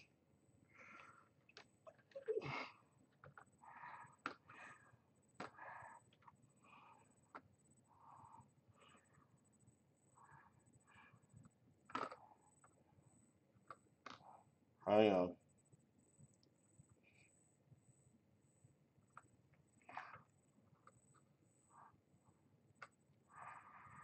This, let me see. You want me to take it out of the 2x2? I can take it out of the 2x2 if you want.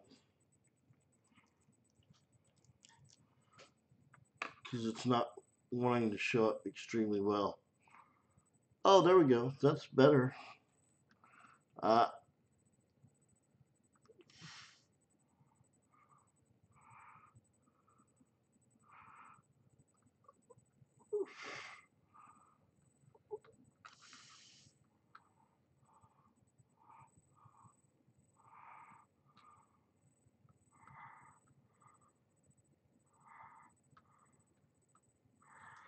that slab is messed up. I mean, the 2x2.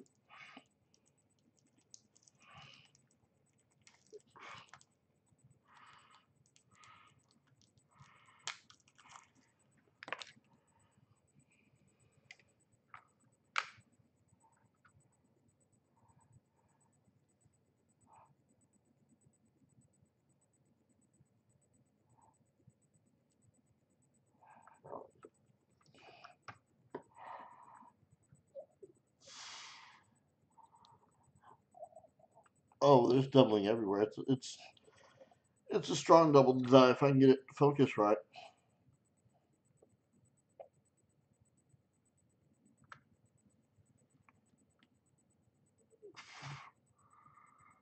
Yeah, I mean that's.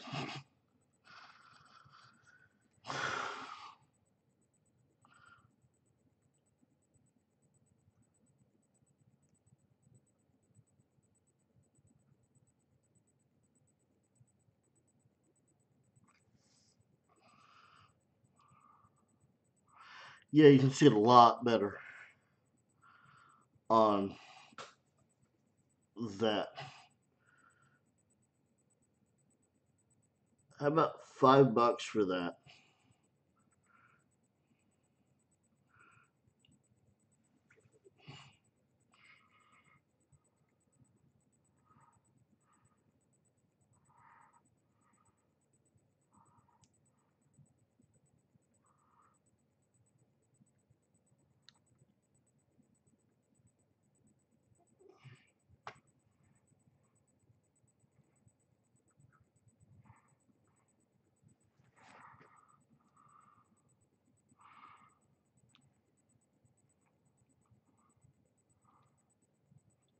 I'm trying to.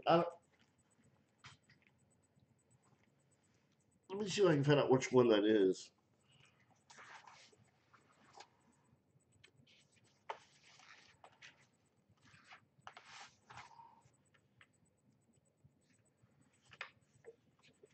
It's very strong. We got 5 from Jeff, 6 from LCC.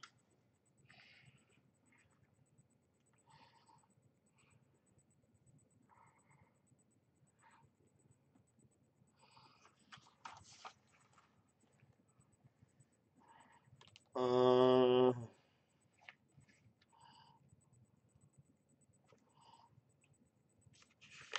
7,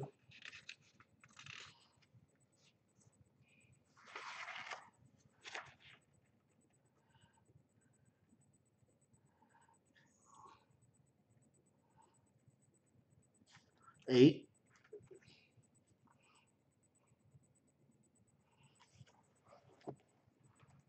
$8.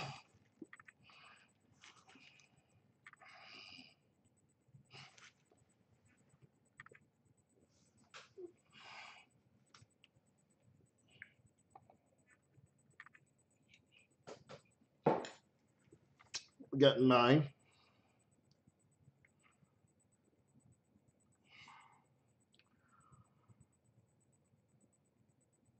$9. All right, we got $9. Anybody else want in? This is one of the strongest, actually. I was looking. I don't know if this is number 2 or what, but it's. I couldn't find it, but it's definitely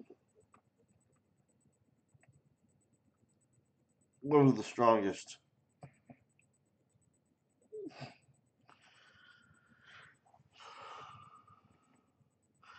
Jeff said 9. We hear 10. And I will put this back in a 2x2 for you, Jeff. If you would.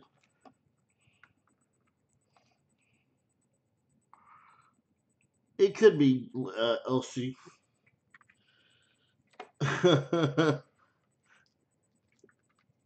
Jeff, we have, what I say? Jeff's at 9 for the 72 double die obverse.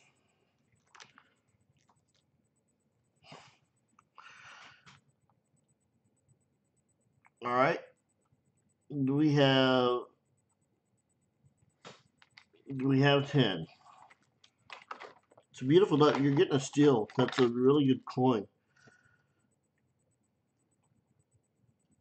I hear 9 going. We got 15 seconds. 14 seconds. 13 seconds. 12, 11, 10, 9,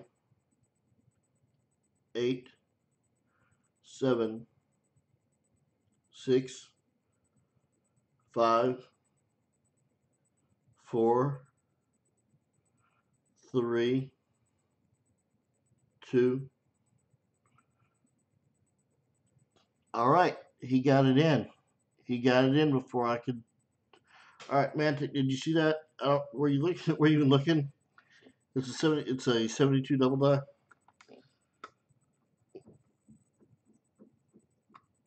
Really nice example too.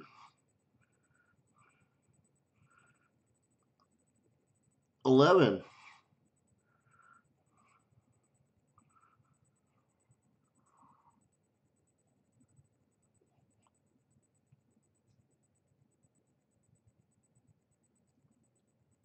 Jeff at 11. All right. All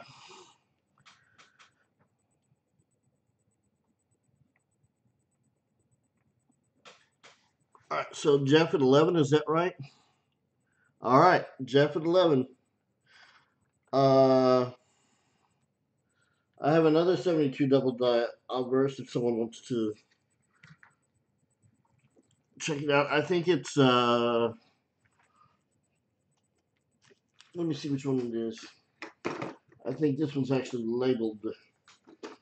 This is 72 double die. This is 107. FS 107. Anyone interested in that?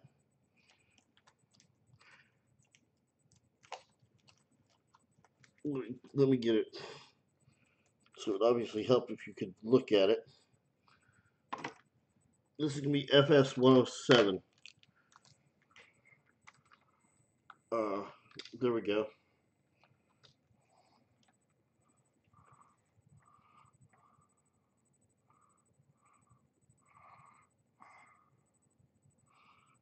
All right, this is 107. Wow, that's pretty cool. Do I hear 5 on that?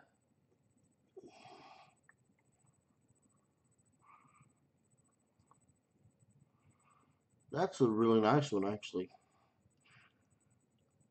Do I hear 5?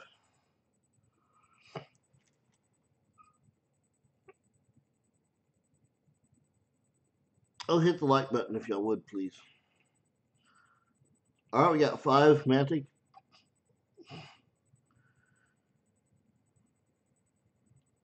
Mantic's at 5.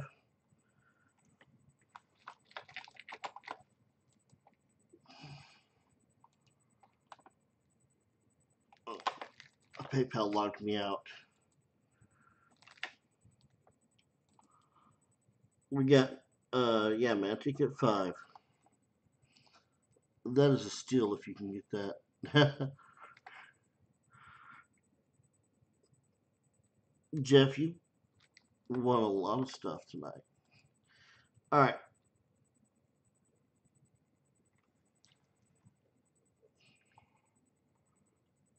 5 looking for 6 for a 1972 double dial burst. It's FS 107. Well, it would help if I put it on the camera, huh?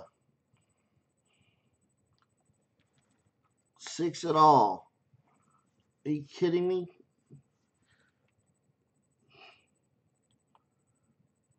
Six.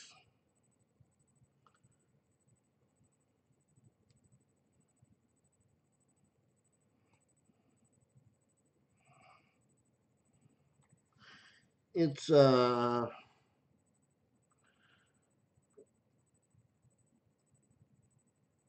looks counterclockwise to me, but I could be wrong.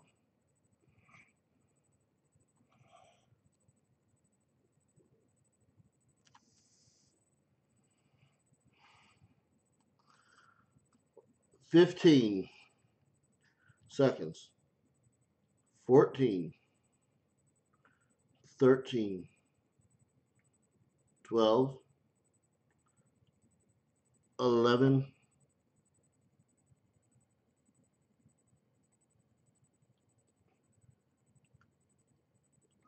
I don't know. 10, 9, 8,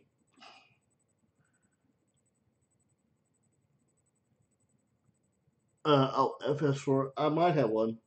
7, 6,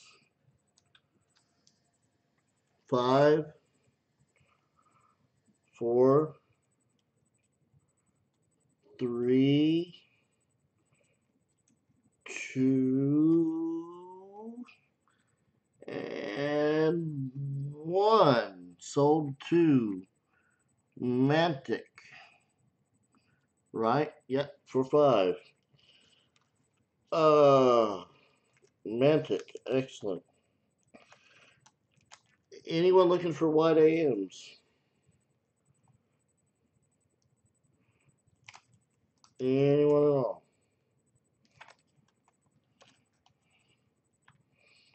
All right. What about this 92 double the eyelid? Anyone interested in that?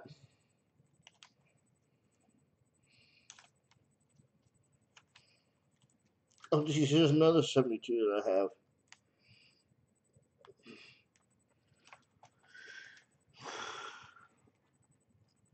Yep, what, Mantic? Are you looking for wide AMs? What years are you looking? I've got 98s and 2000s.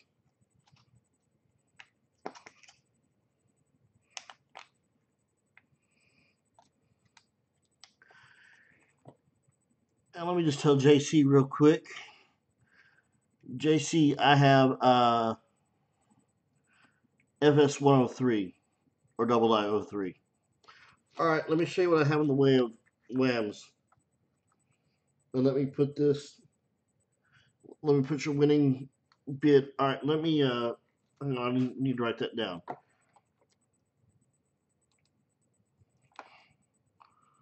So Jeff, you got the Walker, and you got the counterfeit detection, and didn't you get? You got the first 72. Is that correct?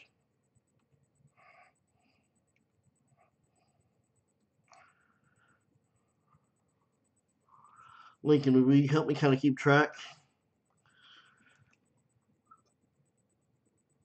Okay.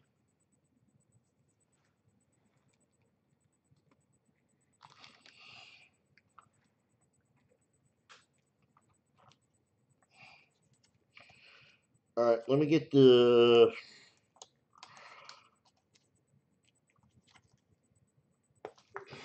What I also have, in case anyone's interested, I'm all over the place, I know. See, Mantic, you have someone that can help you with your auctions. I mean, Lincoln's doing great, but I mean, you have someone in person. I don't have anyone in person that can help me.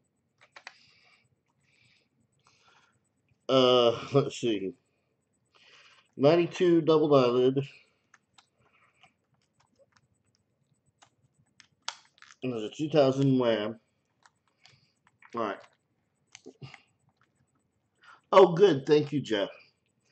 All right, here is a 92 doubled eyelid.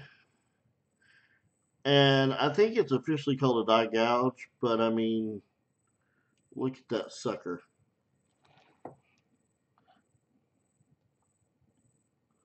I mean, that's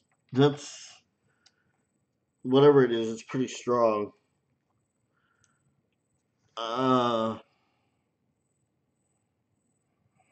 You were, what happened? Keep talking, I'm going to be sorting. And y'all just give me an opening bid.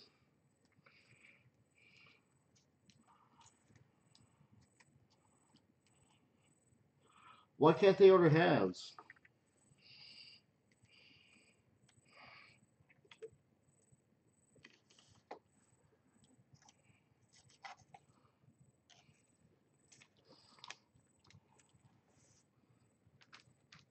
I don't understand why they can't order halves. I mean, they can, I'm sure, but they won't, right?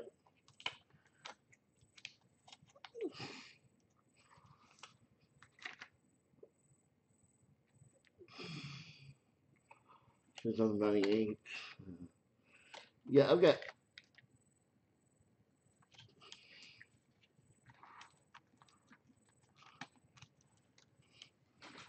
You know, I'm trying to sort my stuff. Oops. Do I have an opening bid for that 92? I may have a better 92, but let me check real quick unless there's an opening bid.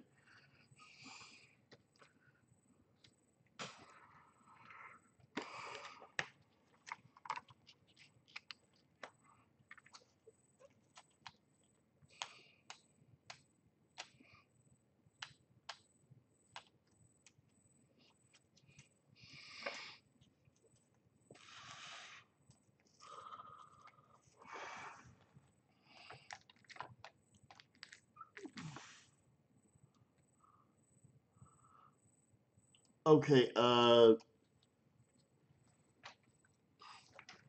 any interest on that at all? I'm trying to find my whams. My whams.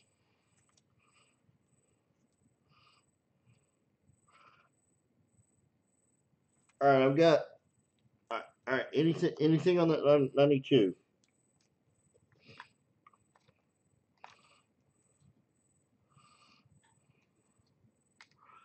Yeah, I've actually got a few whams, by the way. Anything on the 92? Mantic, were you interested in that at all?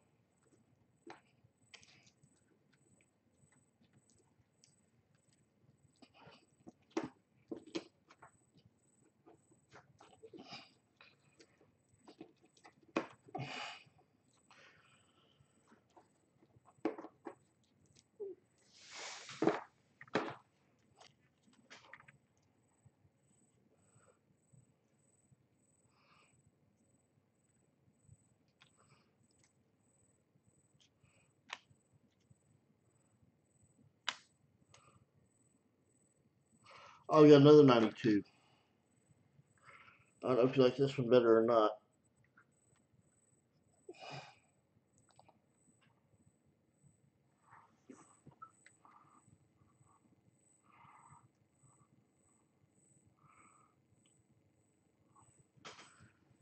Can y'all hear me? Testing 1, 2, 3.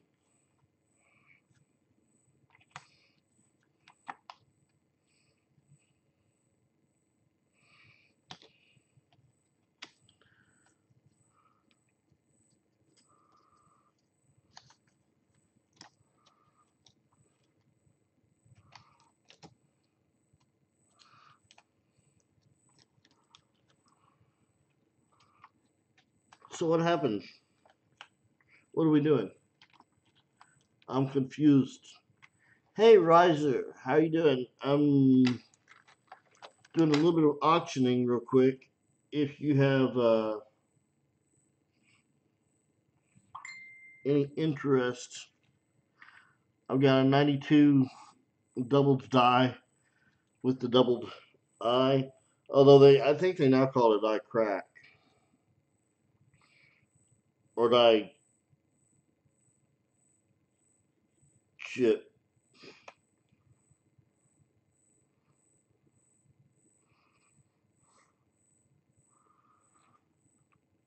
Um, $5. We have $5 on the 92. On the 92 that I'm showing right now, it's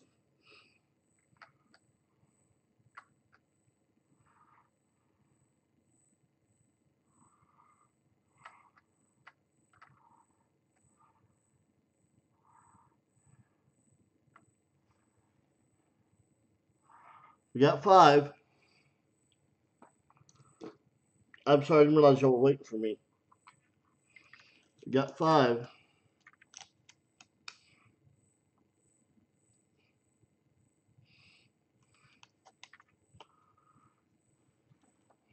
Riser, it's good to see you. Is it Riser? Am I saying that right? It just occurred to me I may not be saying it right.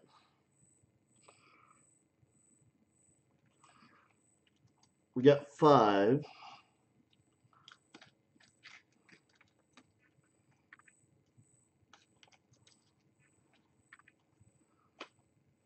5, 5, 5, 5, 5.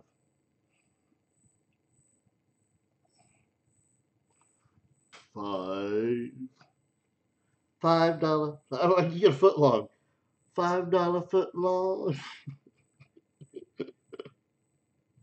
I'm silly.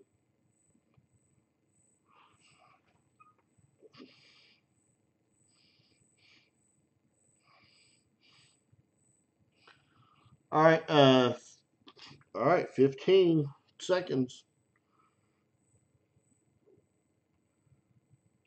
14, 13, 12, 11, 10, 9, 8, 7, 6. Oh, I'm sorry. Yep.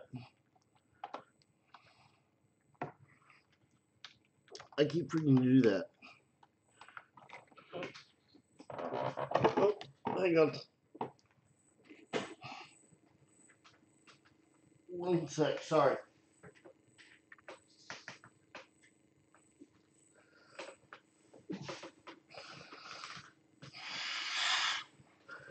All right. Let me, oh,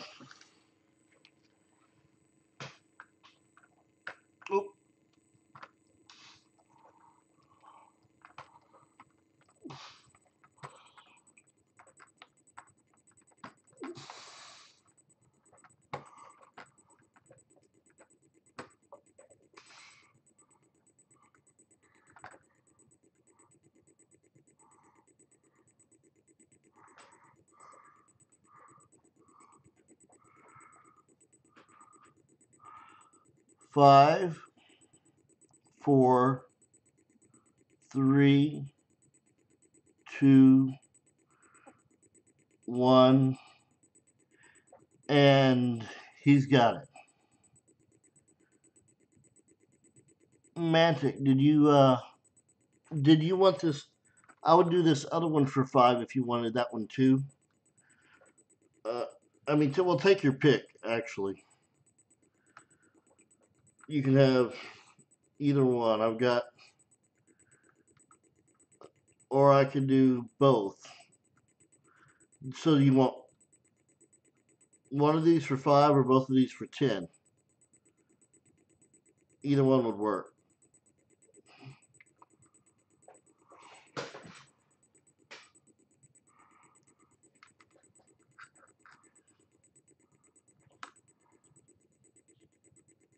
So you just let me know what you want to do.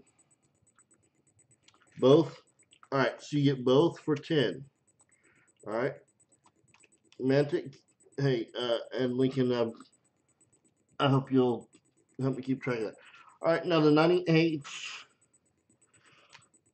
I've got, yeah, I've got 98 lambs and 2,000 lambs. Uh, I've got more than one on each of those. So I just picked my nose on cam. I'm horrible. Um,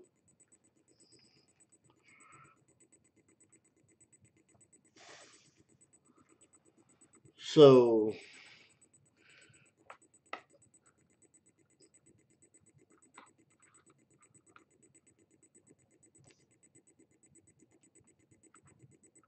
all right, for that I think I need to zoom in.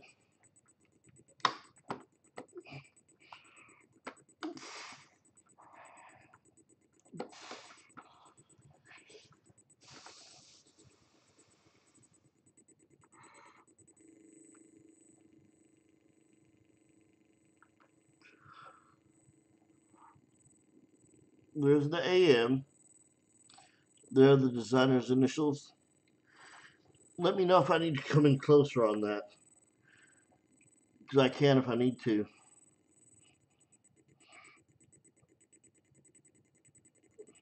But I mean, tell that's totally legit. That's sorry for the glare. That's a 98. Do I have an opening bid of 5 on that?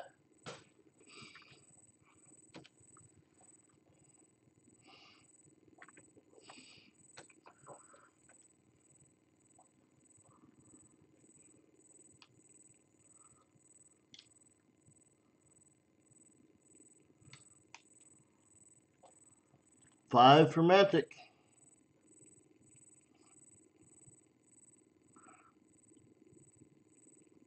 That's what I've got down, Lincoln.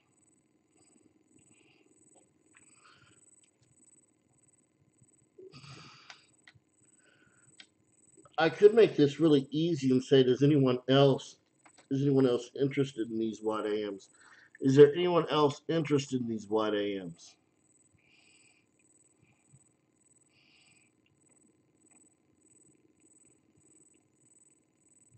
If not, Mantic, we may just be able to work out a deal. I mean, I don't know how many you're looking for, but I've got more than one.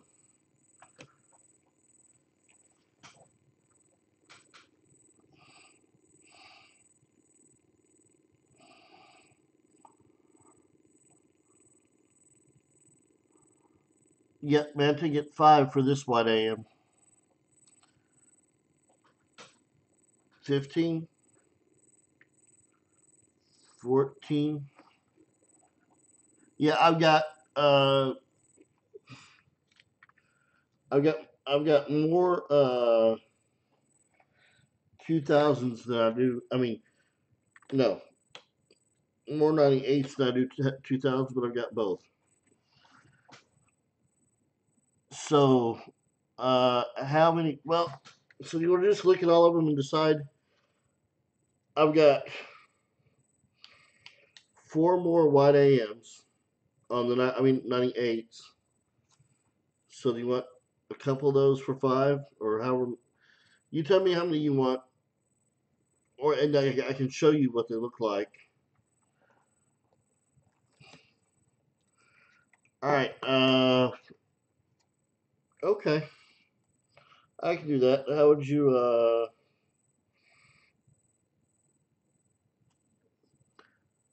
want me to just pick one out, or do you want to look at these? How do you want to do that?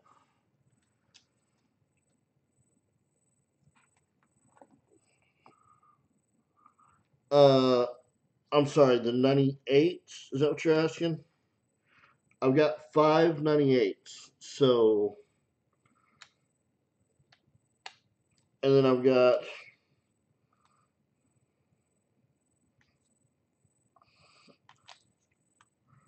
3 2000s.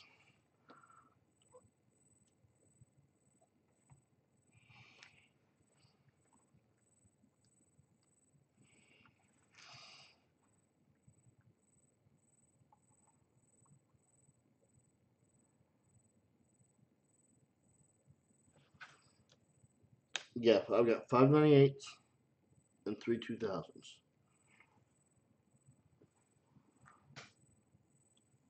That'll work. Do you want to pick these out yourself, or how do you want to do that? Can we just pick the nicest one for you, or do you want to look at these? Yeah, that sounds good.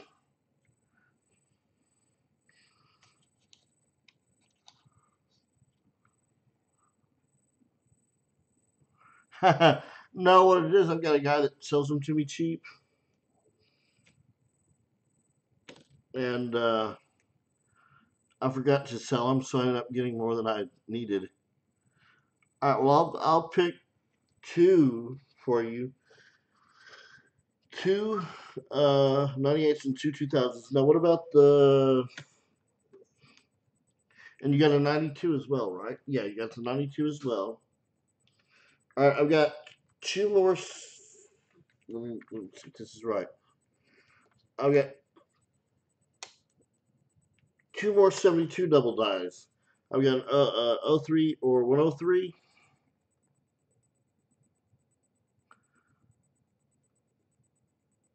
And I've got, I don't know what this one is. We'll have to look and see. Ha! It's 298 and 2000s for 20.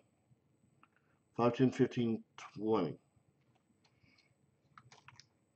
You let me know if that's wrong, but I'm pretty sure that's right.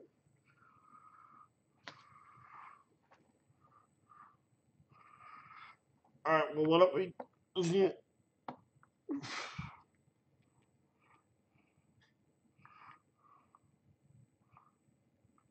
Hi, free girl Amy Smith. We are freak girl. I'm sorry. We are doing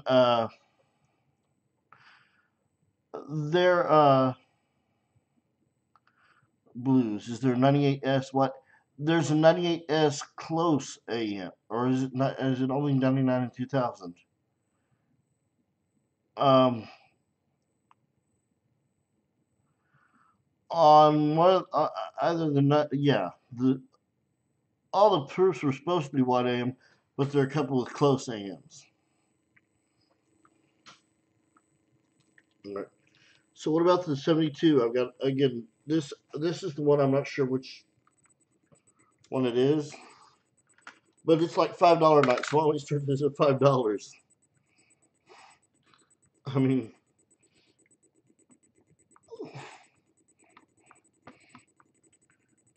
Tuesday's $5 night here.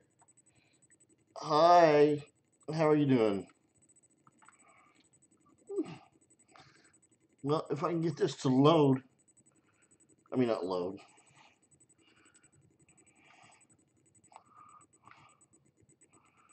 Yeah, look at that. There we go. That's one of the more minor ones. But I mean, it's still definitely.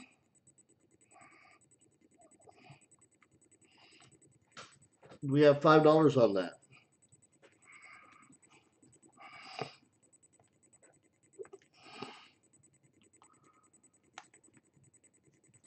$5, $5 foot long.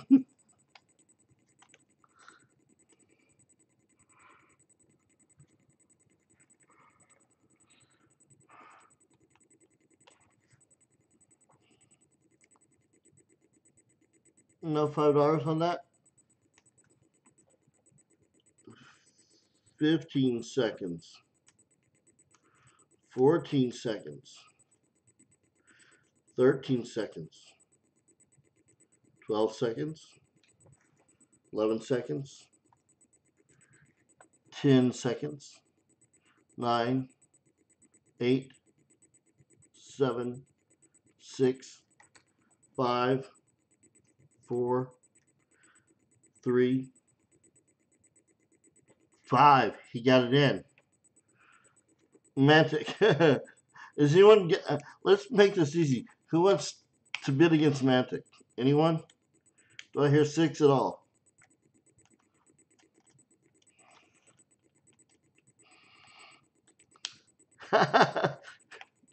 They should be paying me for this. Yeah, yeah. Sold it. You got this one for $5. Let's do that. We got the 103 now. FS 103. Let me put this with your pile. And it is becoming quite a pile. You're still at the $3 shipping though. We're not quite.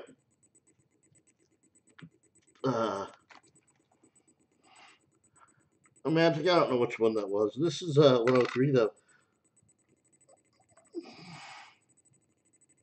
Oh yeah, look at that. That's beautiful.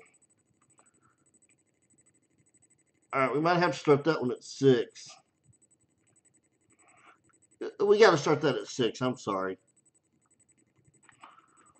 We got to start this one at 6. I mean, it's beautiful. And look at the condition. You know it's worth an extra buck, Mantic. 6. Anyone want to?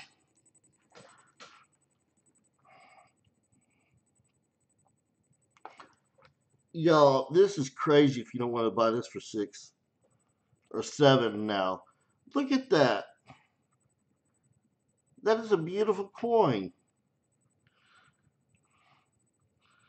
$6, really? do I hear 7 at all, really?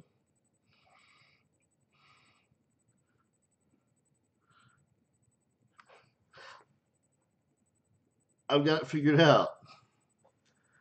This chat is my chats are Mantic Mondays.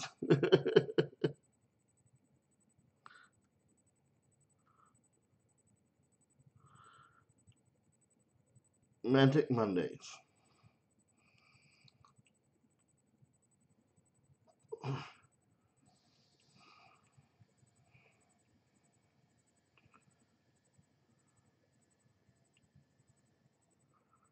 All right, if there's no bid, then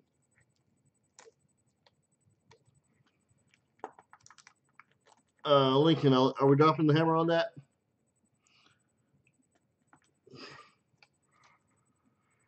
Oh, we got 7. We got 7 from Jeff. Jeff, you knew you couldn't let it go. Now, but oh, 8. All right, now we got an auction.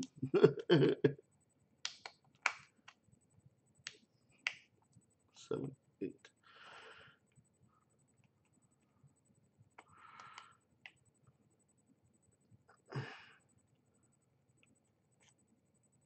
Seven, 8. All right, Mantic. Freak girl, Amy. Do you want it? Do you want any of this action? Sold to Mantic for $8. All right, Mantic. Please, put notes in there. I mean, I've got your pile going, but I want to make sure I give you everything that you got. So we got the Whams taken care of. We got that taken care of. What about Mantic? Are you interested since you're the only one buying? No, it's no problem, Amy. Do you like Buffalo Nickel varieties? I mean, they're lower grades, but they're nice.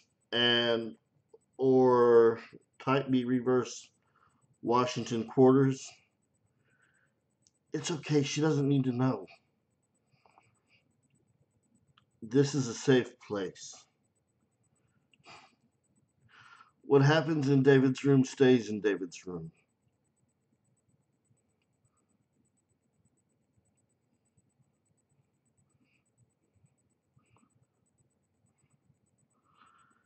I know. I love it. And I'm gonna keep him. I'm gonna keep selling to him as long as I can.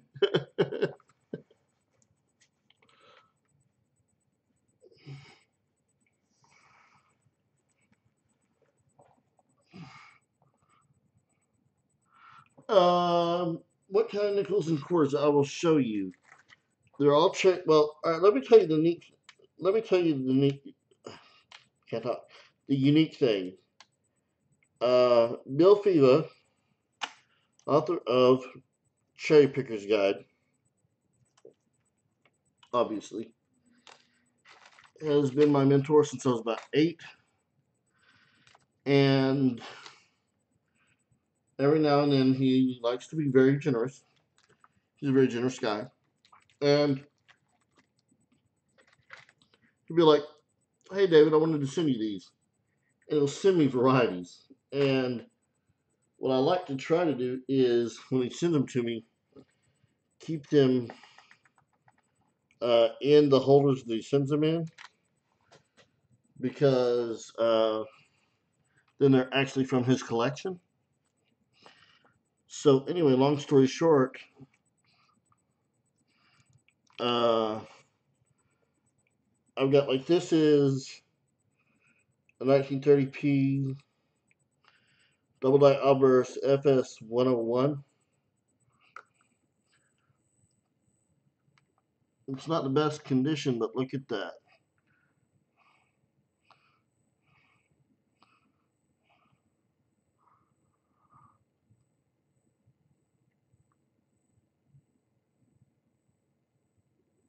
Is that something you might be interested in? Or is it too low grade? Now, the Type B quarters that I've got are mint state.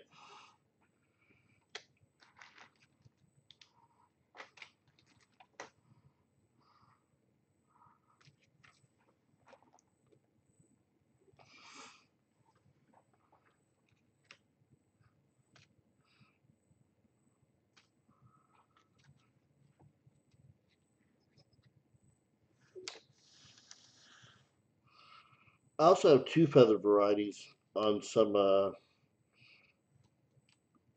buffaloes. I don't think I got like one of those. So, what was that grade? He's got it at VG. I guess I should show you the. It would help if I showed you the horn.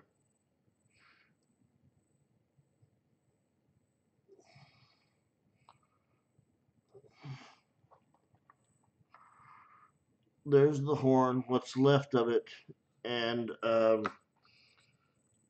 the.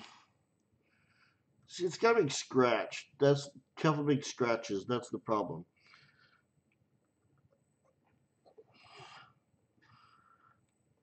That's why that's. I mean, it's not in the best of shape, but nevertheless, it is a Bilfiva discover. I mean, Bilfiva, yeah, collection variety technically. That's how I'm advertising it. I told him, I asked him, I said, "Can I say that that's from your collection?" He said, "Yeah." I'm like, "Cool." Anyway, and since I didn't pay for it, how about $5?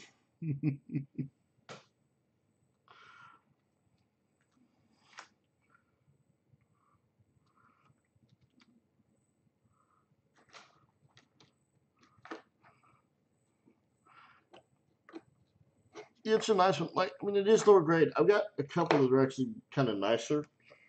I mean, varieties that are cherry pickers. But yeah,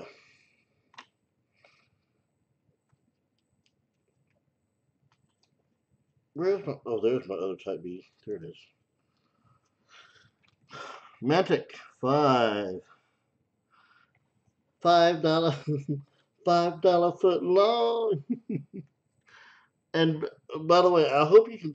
I would think that you'd be able to sell these for profit. But see, I have no place to move them, so and I get them cheap again. So I have no problem selling these things cheap if I can get them cheap. And if you can make money off of it, even better. Thank you, Amy. I will see you next time. Yeah, we're going a little bit over than what I expected, but I don't care. That's fine. Uh, as long as we got Mr. Moneybags in here.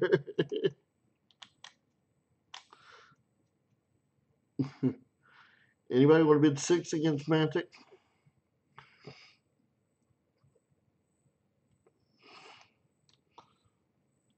15 seconds. 14, 13, 12, 11, 10, 9, 8, 7, 6, 5, 4, 3, 2. Mantic, $5. So I'll add it to your pile. Add that to your pile. Now, I've got a 36P FS 101. We're talking Buffalo, a double divers, and then a 36P. Oh, I'm sorry, I got two of those. They're both in fine condition.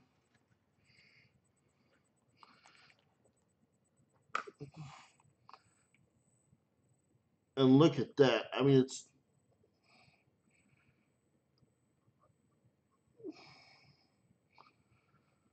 Look at Liberty.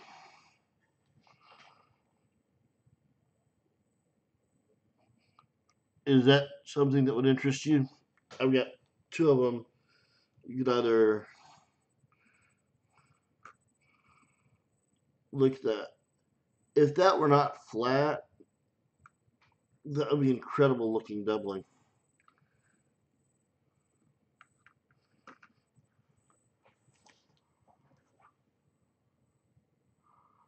Do either of those interest you? 4 5? Yeah, 5 each. I mean, 5 opening bid. Opening bid.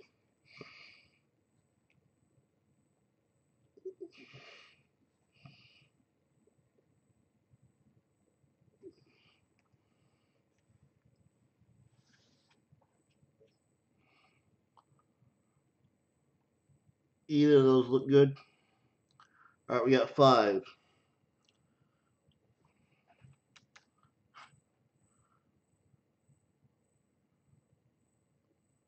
Do I hear 6 at all?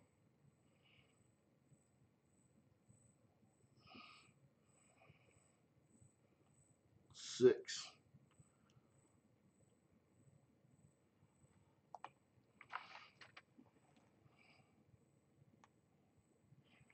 All right. Well, since Mantic has been bidding, Mantic, which one of these do you want? I need to give Mantic first pick. By the way, I know it's Shay. I see the screen name and I just they're both in fine. Uh,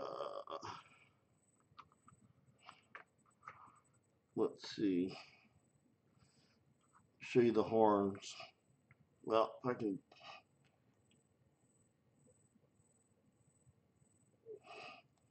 So there's that horn. And then we got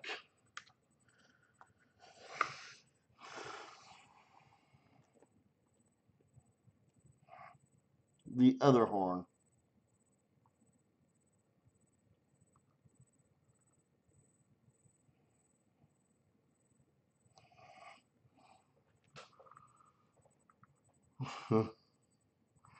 So you just tell me which one you want. I mean, if it matters.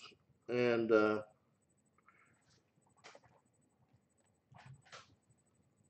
we got this one. Or we got this one.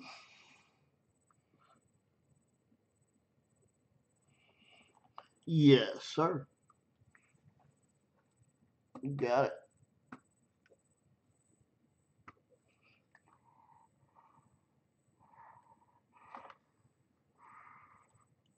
I can try. That's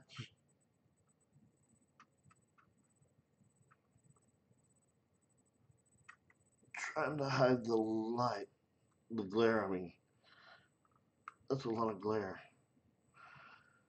All right, that.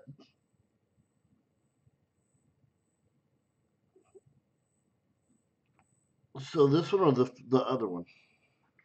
All right, let's call that one I just showed number 1, and this is going to be number 2. This will be number 2.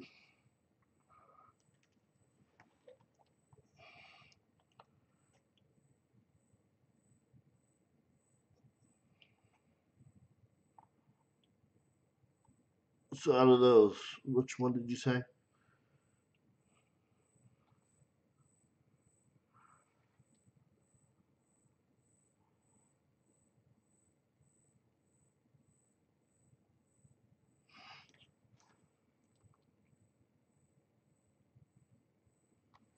Number 1. All right. And then Jeff. I mean, yeah. Well, I shocked myself because I got your name right because I'm terrible with names. Jeff, do you still want this one for 5?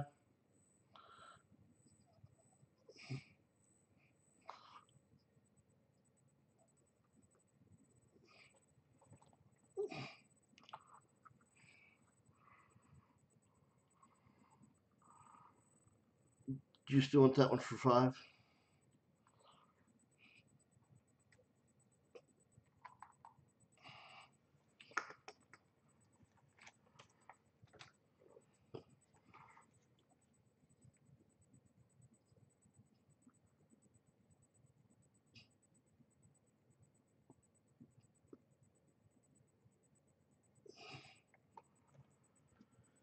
Is chat being slow?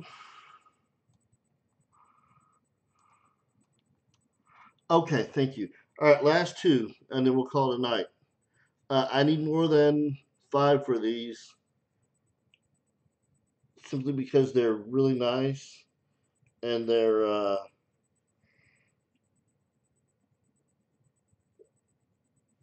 it. Well, I mean, if y'all are interested, these are the Type B reverse Washington quarters. This is a beautiful 64. This is one of the tougher ones to find. Just a beautiful coin. And then to show you that it's Type B, let's go over here and see that. So can I get an opening bid on that? And then I've got one more, and then we'll call it quits, and I'll have to add everything up.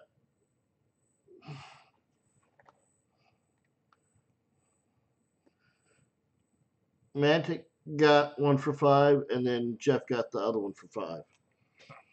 And this, either give me an opening bid or I can do it, but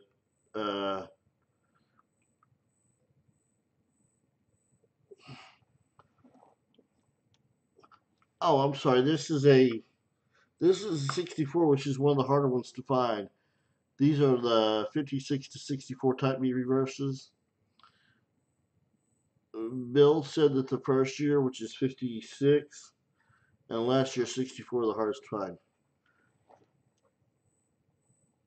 I need to do more than, I think it's at least a $10 coin face value. So can I do 10?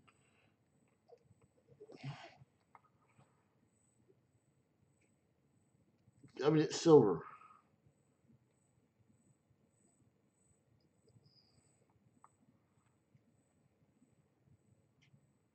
and a Type B. I'm not asking cherry picker bride, price. I was thinking price and guide, and it came out weird. All right, yeah, okay. Opening bid is 3, but the reserve is 10.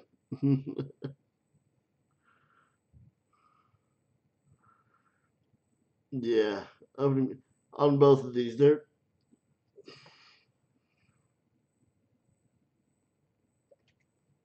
really nice. Anyone, anyone, Mantic. Did you get did you get hair whipped?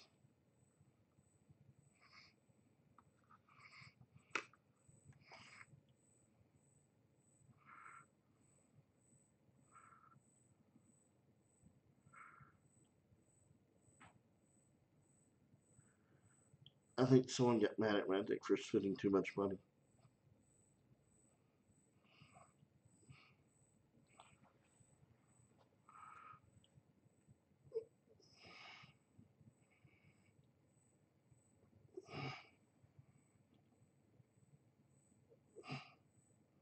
Oh, good. Well, are you gonna bid on this? The 64 Type B. It's a beautiful coin.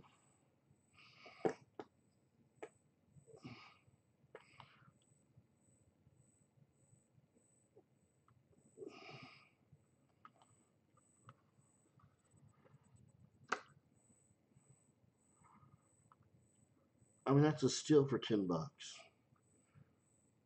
I think I probably paid that. 15 seconds.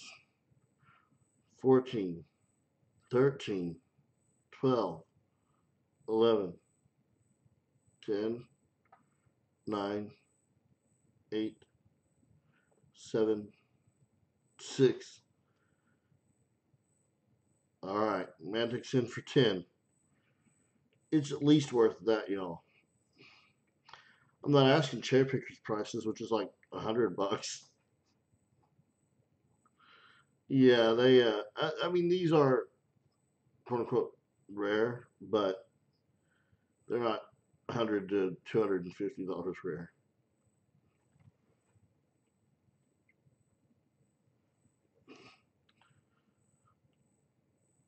That was a steal. All right, 10, 10. And then, so why don't we just say the opening bid for this other one is 10, and it's the 59. And this says it's mint state 66. Opening bid 10. Again, I'm pretty sure I'm paid more than that. There you can see it's type B.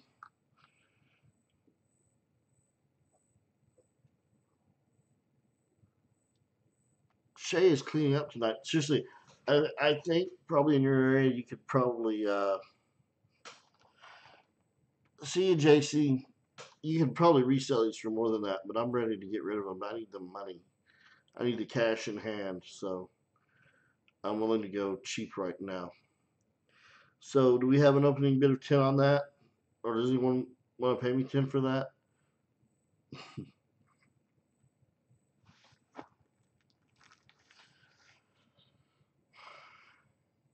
I gotta get Shay's order together.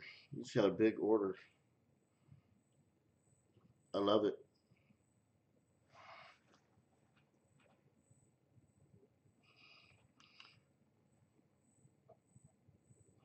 15. Jeff, that will work. Jeff, 15, you got it. If you can pay, you'll pay me tomorrow, that will work. Oh, it's another type B reverse.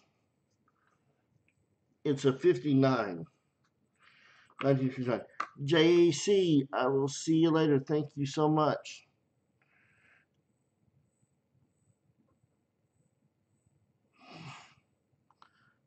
Jeff, I can wait till tomorrow. That's fine.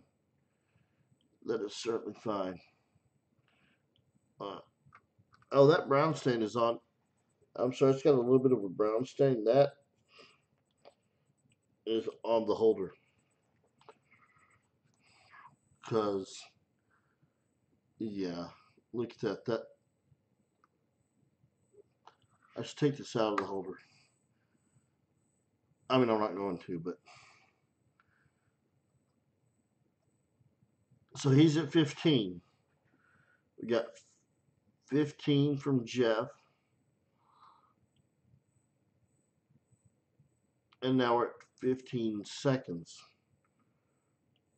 14, 13, 12, 11, 10, 9, 8, 7, 6, 5, $5, $5 foot long. I know what it was. It was coffee. 5, 4, 3, 2, going once, going twice, and sold, yes, to Jeff. So now you get your pile together too. So, yeah. Y'all are sending me notes, correct, with what I owe you? I mean, I got it, but I just want to make sure that all right. Okay, that's it. That's all I really have for right now. So I'm going to my PayPal real quick, see what I've got. I'm gonna look at all this and package it up and get it sent out. What is tomorrow? Tomorrow is Monday, right? No, Tuesday.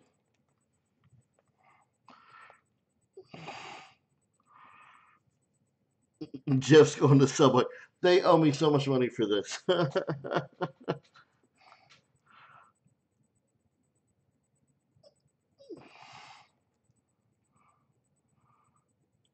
Oh, Crystal, you're welcome. Thank you for watching and hanging out.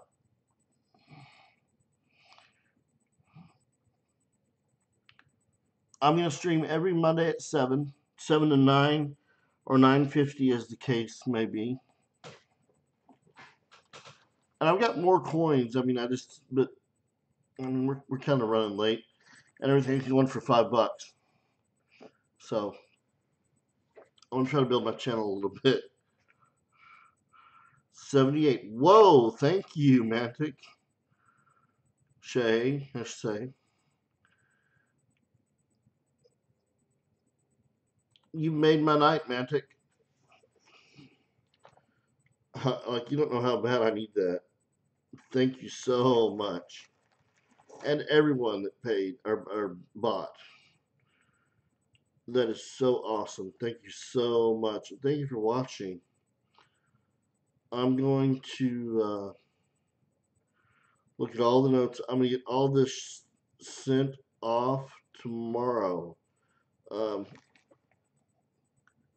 Mantic, that should be fine. That should be. I mean, I wouldn't. I mean, yeah, three. I mean, I cannot imagine.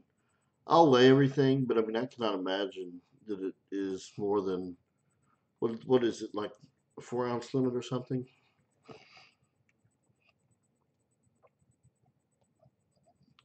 See you next Monday, Crystal.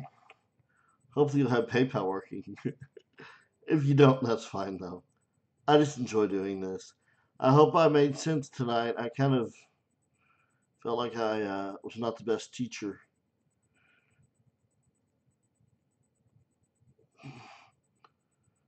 Okay, man. If you're cool with that.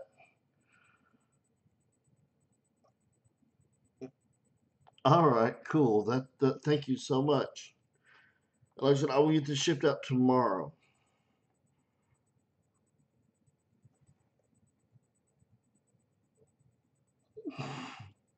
That's right. He's gonna give me 1,000 Mantic coins.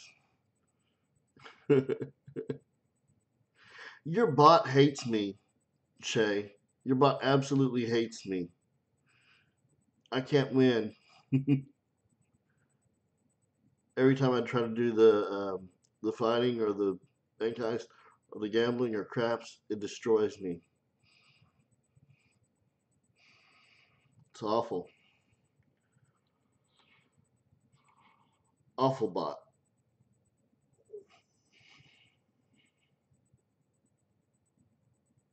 Lincoln, thank you for staying here and chilling with me. Jeff, thank you. That's very, very nice. Thank you.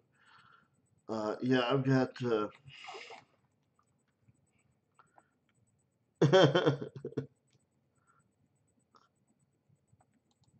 Are you? You're testing the bot. That's cool.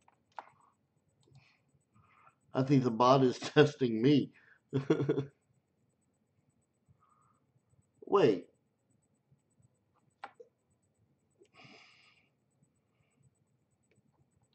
Holy crap. Wait. Really?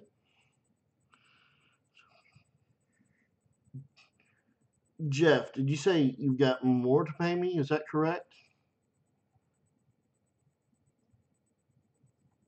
I'm just looking at everything. I'm trying to make sure that that's accurate.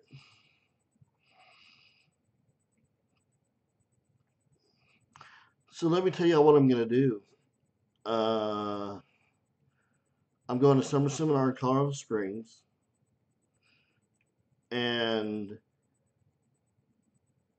part of this money is going to go toward a giveaway for my channel after I get back. I'm going to, because he's always there, I'm going to buy a red book, the 2019 edition. I'm going to have Ken Brissett sign it. You know, he's the editor, which really means author because the guy died many, many, many years ago that was the original author. So Ken edits it, Ken Brissett, and I'm going to give that away. That'll be my first giveaway, and it'll be, again, sometime after a summer seminar. Yeah, Jeff, that's perfect. But so, what do y'all think about that as a giveaway? A signed, autographed by Ken Brissett Red Book.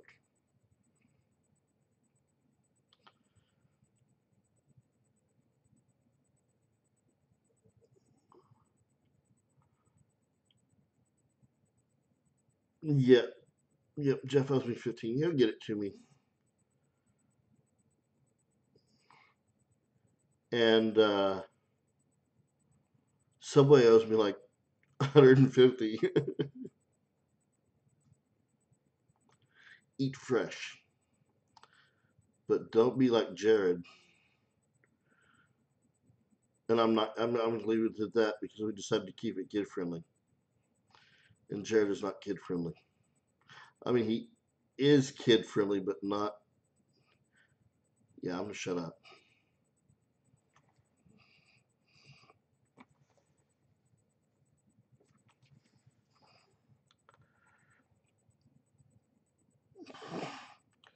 Oh, did you? Well, Jeff, if you could mail it to me, I could get it autographed. I'm gonna try to live stream a little bit while I'm there. It's such a beautiful area. I'm not Lincoln. I stopped myself.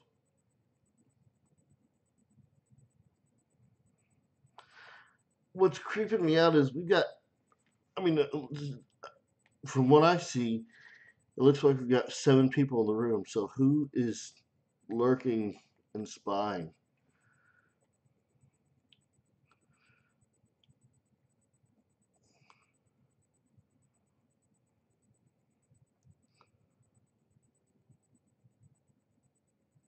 It's creepy.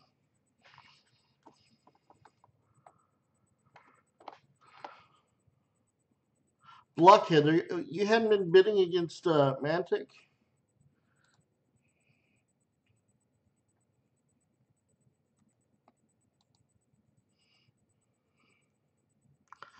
Jeff, it's uh, Mantic. I don't know if it makes a difference, but they say to use uh, yeah, but I'm not sure why that is. But do what you can. I don't think it will hurt me too much. Oh, blockhead, no wonder. No, but Jeff, it's called the American Numismatic Association Summer Seminar. And you go for 1 week there or two. They do it 2 weeks, but you take a class a week and you go for 1 or 2, and they have things like grading, advanced grading, intermediate grading. They have like ancient coins. It's a course, 9 to 5 with a hour break in between for lunch, and you learn under all these experts. Like Bill Fiva has taught, used to teach there. J.T. Stanton taught there 2 times. And now it's James Wiles that teaches that course. And then Mike Ellis teaches some grading out there. And literally, it's like a week long party almost. I mean, you do classes, but then at night you're free to do whatever. And so you talk coins and you you're like living and breathing coins for a whole week with the biggest people in the hobby. Q David Bowers often shows up. Ken Brissett, like I said, and it's a lot of fun. It's a blast. And it's on the Colorado College campus. What's whose name? I'm sorry, I missed that.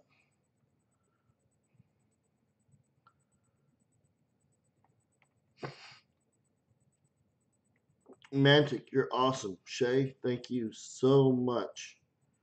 I cannot tell you how much that helped me out tremendously. Tremendously. This month was kind of rough, and now it's like awesome. Yeah, that's incredible.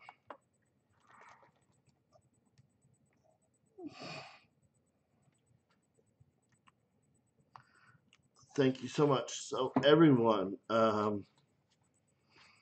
thank you. I will go through all of this, all these notes, make sure I get you out the right things. There's a lot I've never processed this much, but I will get it done by tomorrow. And if if you have any questions, get with me. But I should have everything sent out tomorrow. I can't imagine why not. And then Jeff is going to get with me and send 15 later tonight.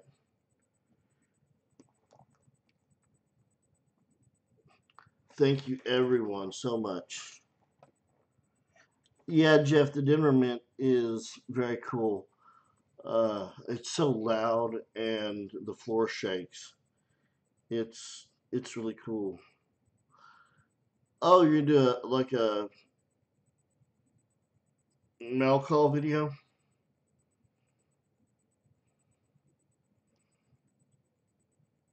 I bought a coin from someone. It was a silver .720 Mexican. I haven't gotten that in yet. I'm hoping to get it in tomorrow or the next day. That was a pretty good deal. Also, oh yeah, I've got to pay. I bought a love token for my mom for Mother's Day, so I've got to get that paid for. That'll help with that.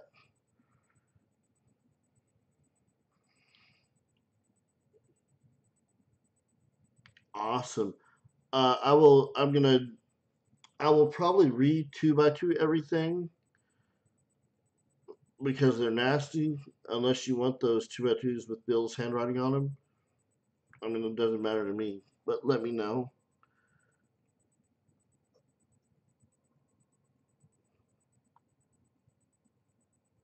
And but otherwise, I'll just read two by two of them. Mash down the staples. I'm going to eventually invest in the clear plastic ones, the flips,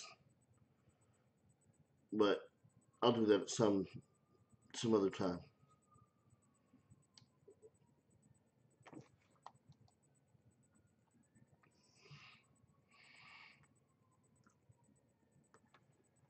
So, all right, y'all, I'm gonna go through.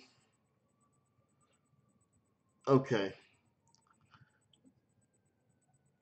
let me see what I have in the way of flips.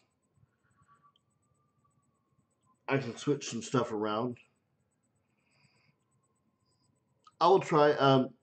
They get dirty, and I don't know why. Just from like sitting around, that's the only reason I don't.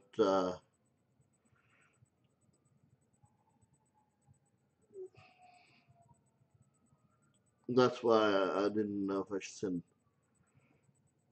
flips or not. Okay. Well, thank you for everything, y'all. I'm gonna. I'm kind of tired. I may go to bed tonight, and then do everything tomorrow if that's okay with y'all. Because I mean, the mail doesn't come until like 2 in the afternoon anyway. That's as fast as they'll they'll take it. So I don't think it'll really matter if I get it done in the morning. If that's cool with y'all, that's what I'm gonna do because I'm a little tired.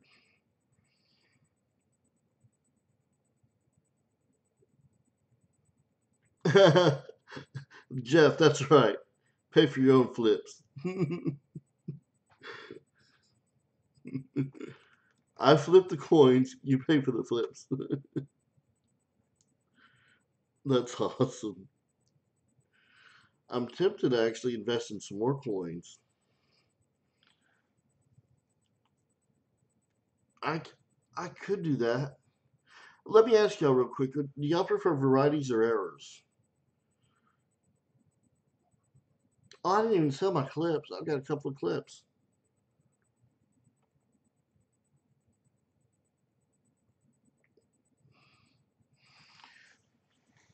And my broad strike. I didn't sell my broad strike. Well, that'll be Monday, next Monday.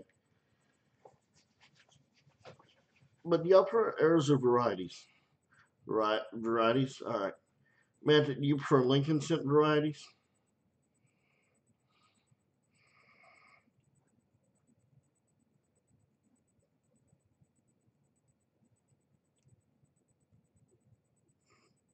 And again, I know it's shade, but I see Mantic and I just can't help but, but say Mantic.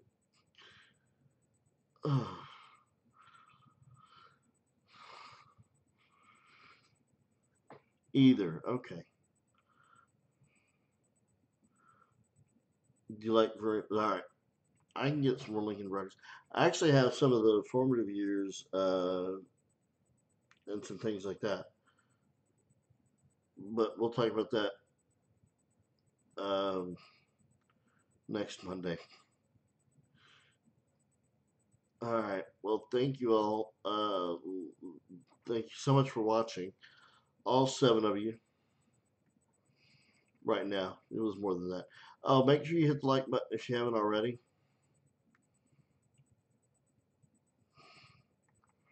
Did you, Jeff? You like copper more? Yeah. There's just something pretty about Lincoln varieties.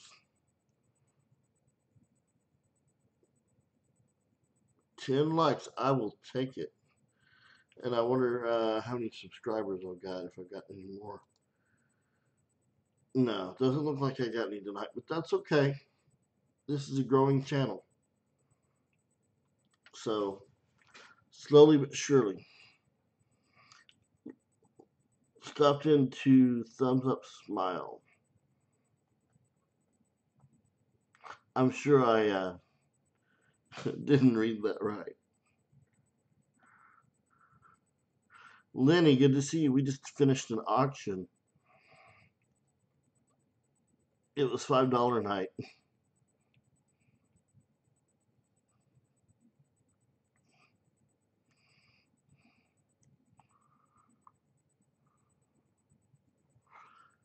Jeff, who? Who paid 10 and 14 shipping? I'm confused. Thank you, Lenny. Thank you for the like.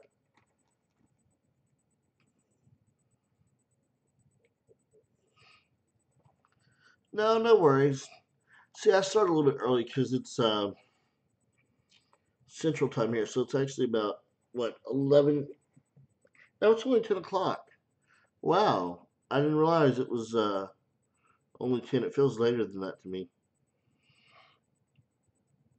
Mr. Slovenia, huh?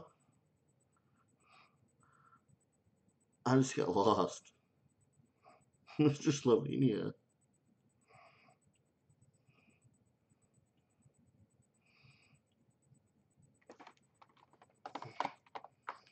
I don't know what's going on. I have no refresh. I think everything's coming in except for Jeff's last little bit.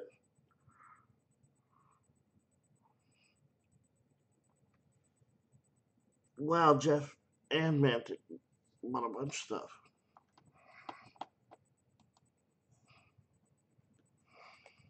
Oh, Jeff, that makes sense. Oh, cool, Lenny. Yeah, I don't know what I'm gonna do with these. What would you suggest I do with these slabs? Because it doesn't look like they're gonna sell these sample. I mean, the 2017 slabs.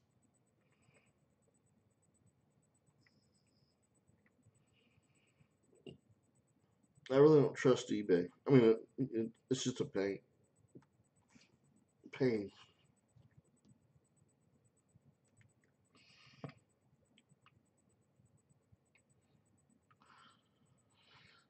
Lincoln, you still with us, or did you head out? It is late, I know.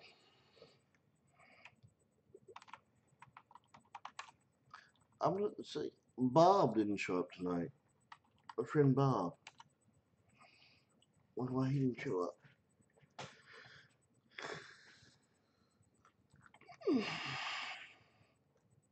Huh.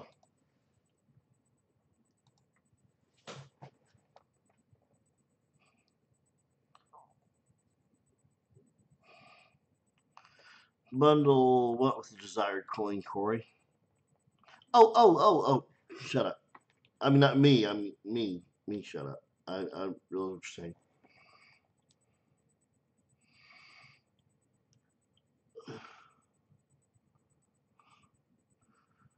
Blues, I'll have them.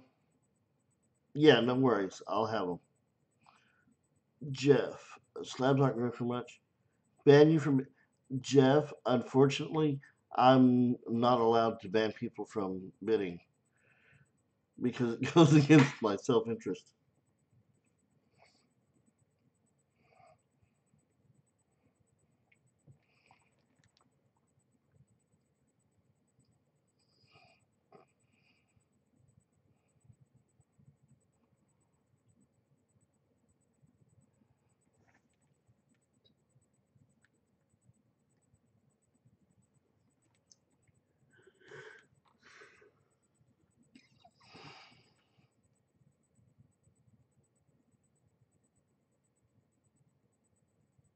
Wait, did I say Jeff? I'm blues. Bad Jeff, no biscuit.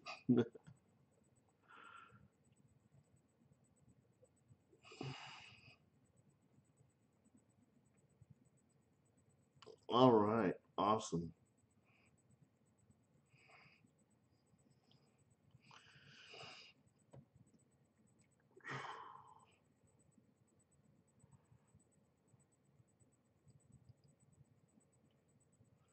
I've got to, yeah, get organized. Make sure I get everything out to the right people.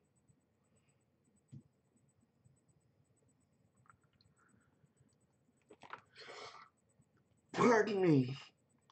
Well, Jeff, the problem is I could go to sleep, but I have sleep apnea, and so it's never a restful sleep. It's always snoring, followed by not breathing, followed by jumping up, and then I repeat the cycle. And it sucks. I don't like it.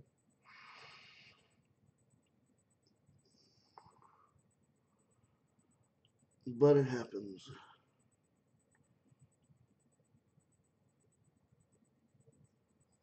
Thanks for the live stream. You're welcome. Thank you. Thank you very much. I'll wait for that last 15 and uh, then we'll be squared away. And like I said, I'll ship out tomorrow. And do you have a CPAP machine? No, they actually, even though everybody knows that I have sleep apnea, they have to do a sleep study and then they'll give me one. But I just haven't gotten the sleep study scheduled.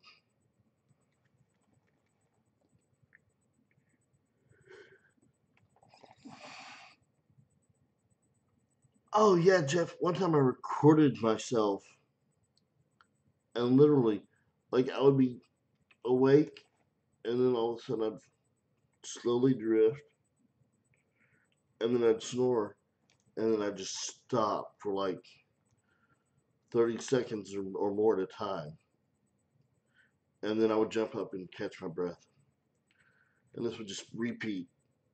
on and on and on. So it's no wonder I can't get a good rest.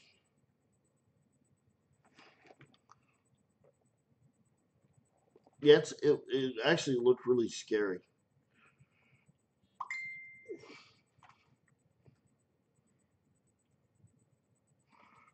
Please do something for me. This is okay. What do I need to do?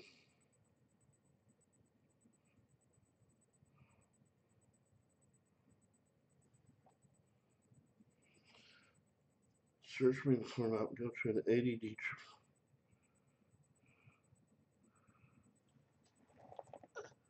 Sent a Megs on Facebook. Wait, what now? Sent a Megs on. Oh, Blues. Wait. Is that you? That just. I don't. I just not made that connection.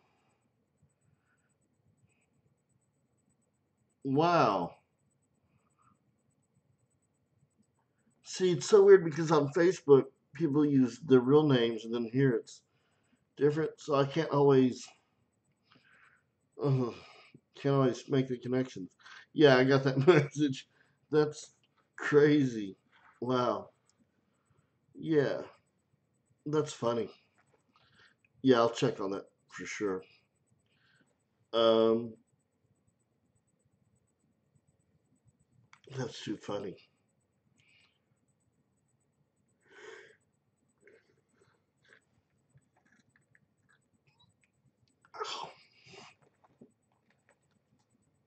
Oh, and Jeff, thank you. I'll see. I may have to take you up on that.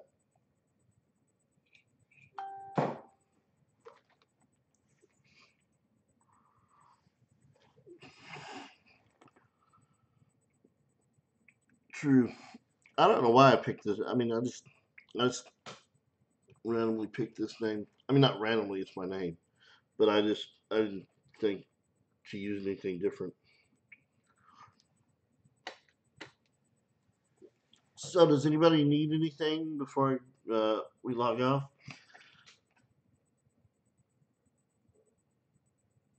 Can you look at the 82D I posted on the YouTuber community? Swear there's another D rotated above the main one. Yeah. Oh, crud. I remember the point that I was going to make in the video that I didn't make. Oh well. Yeah, I'll check out all those things. And I will get your orders shipped out to you tomorrow afternoon. I'm going to go through tonight and make sure I've got uh, everything nice and tidy for everybody. Really appreciate the support. I can't tell you how much I love it and appreciate it. Thank you so much for everything.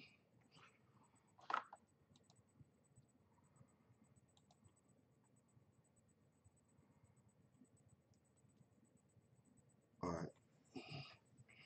Yep, Mantic, we're squared away. Jeff, we will be. Jonathan, Vivian, Kim.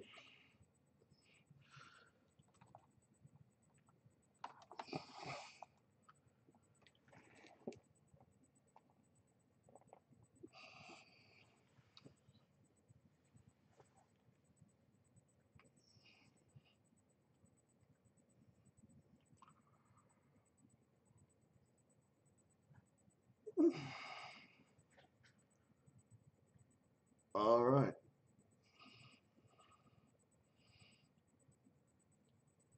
Are we winding down, y'all?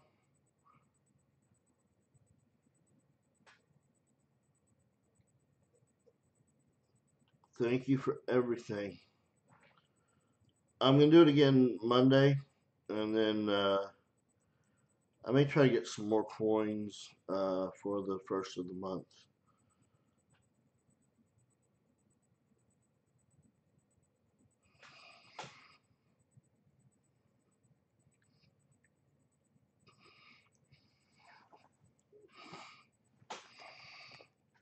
Me too, Blues. Uh, me too. Well, let's wind it down.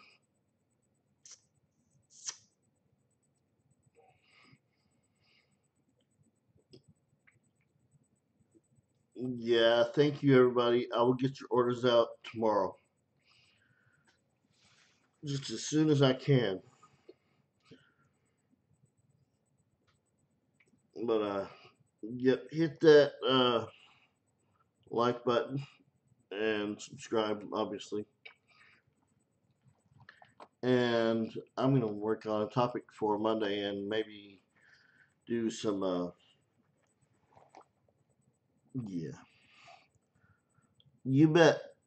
We'll see you, Blues, and I'll get back to you on the Facebook thing.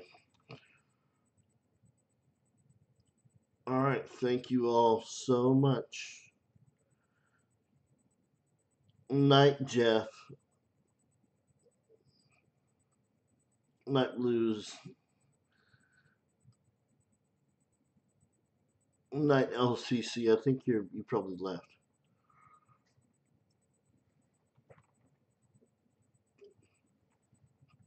Yeah.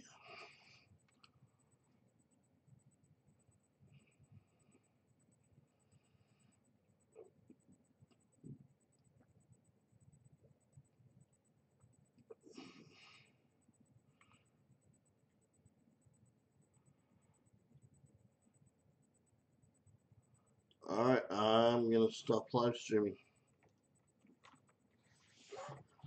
Do the countdown. 15, 14, 13, 12, 11, 10, 9, 8, 7, 6, 5.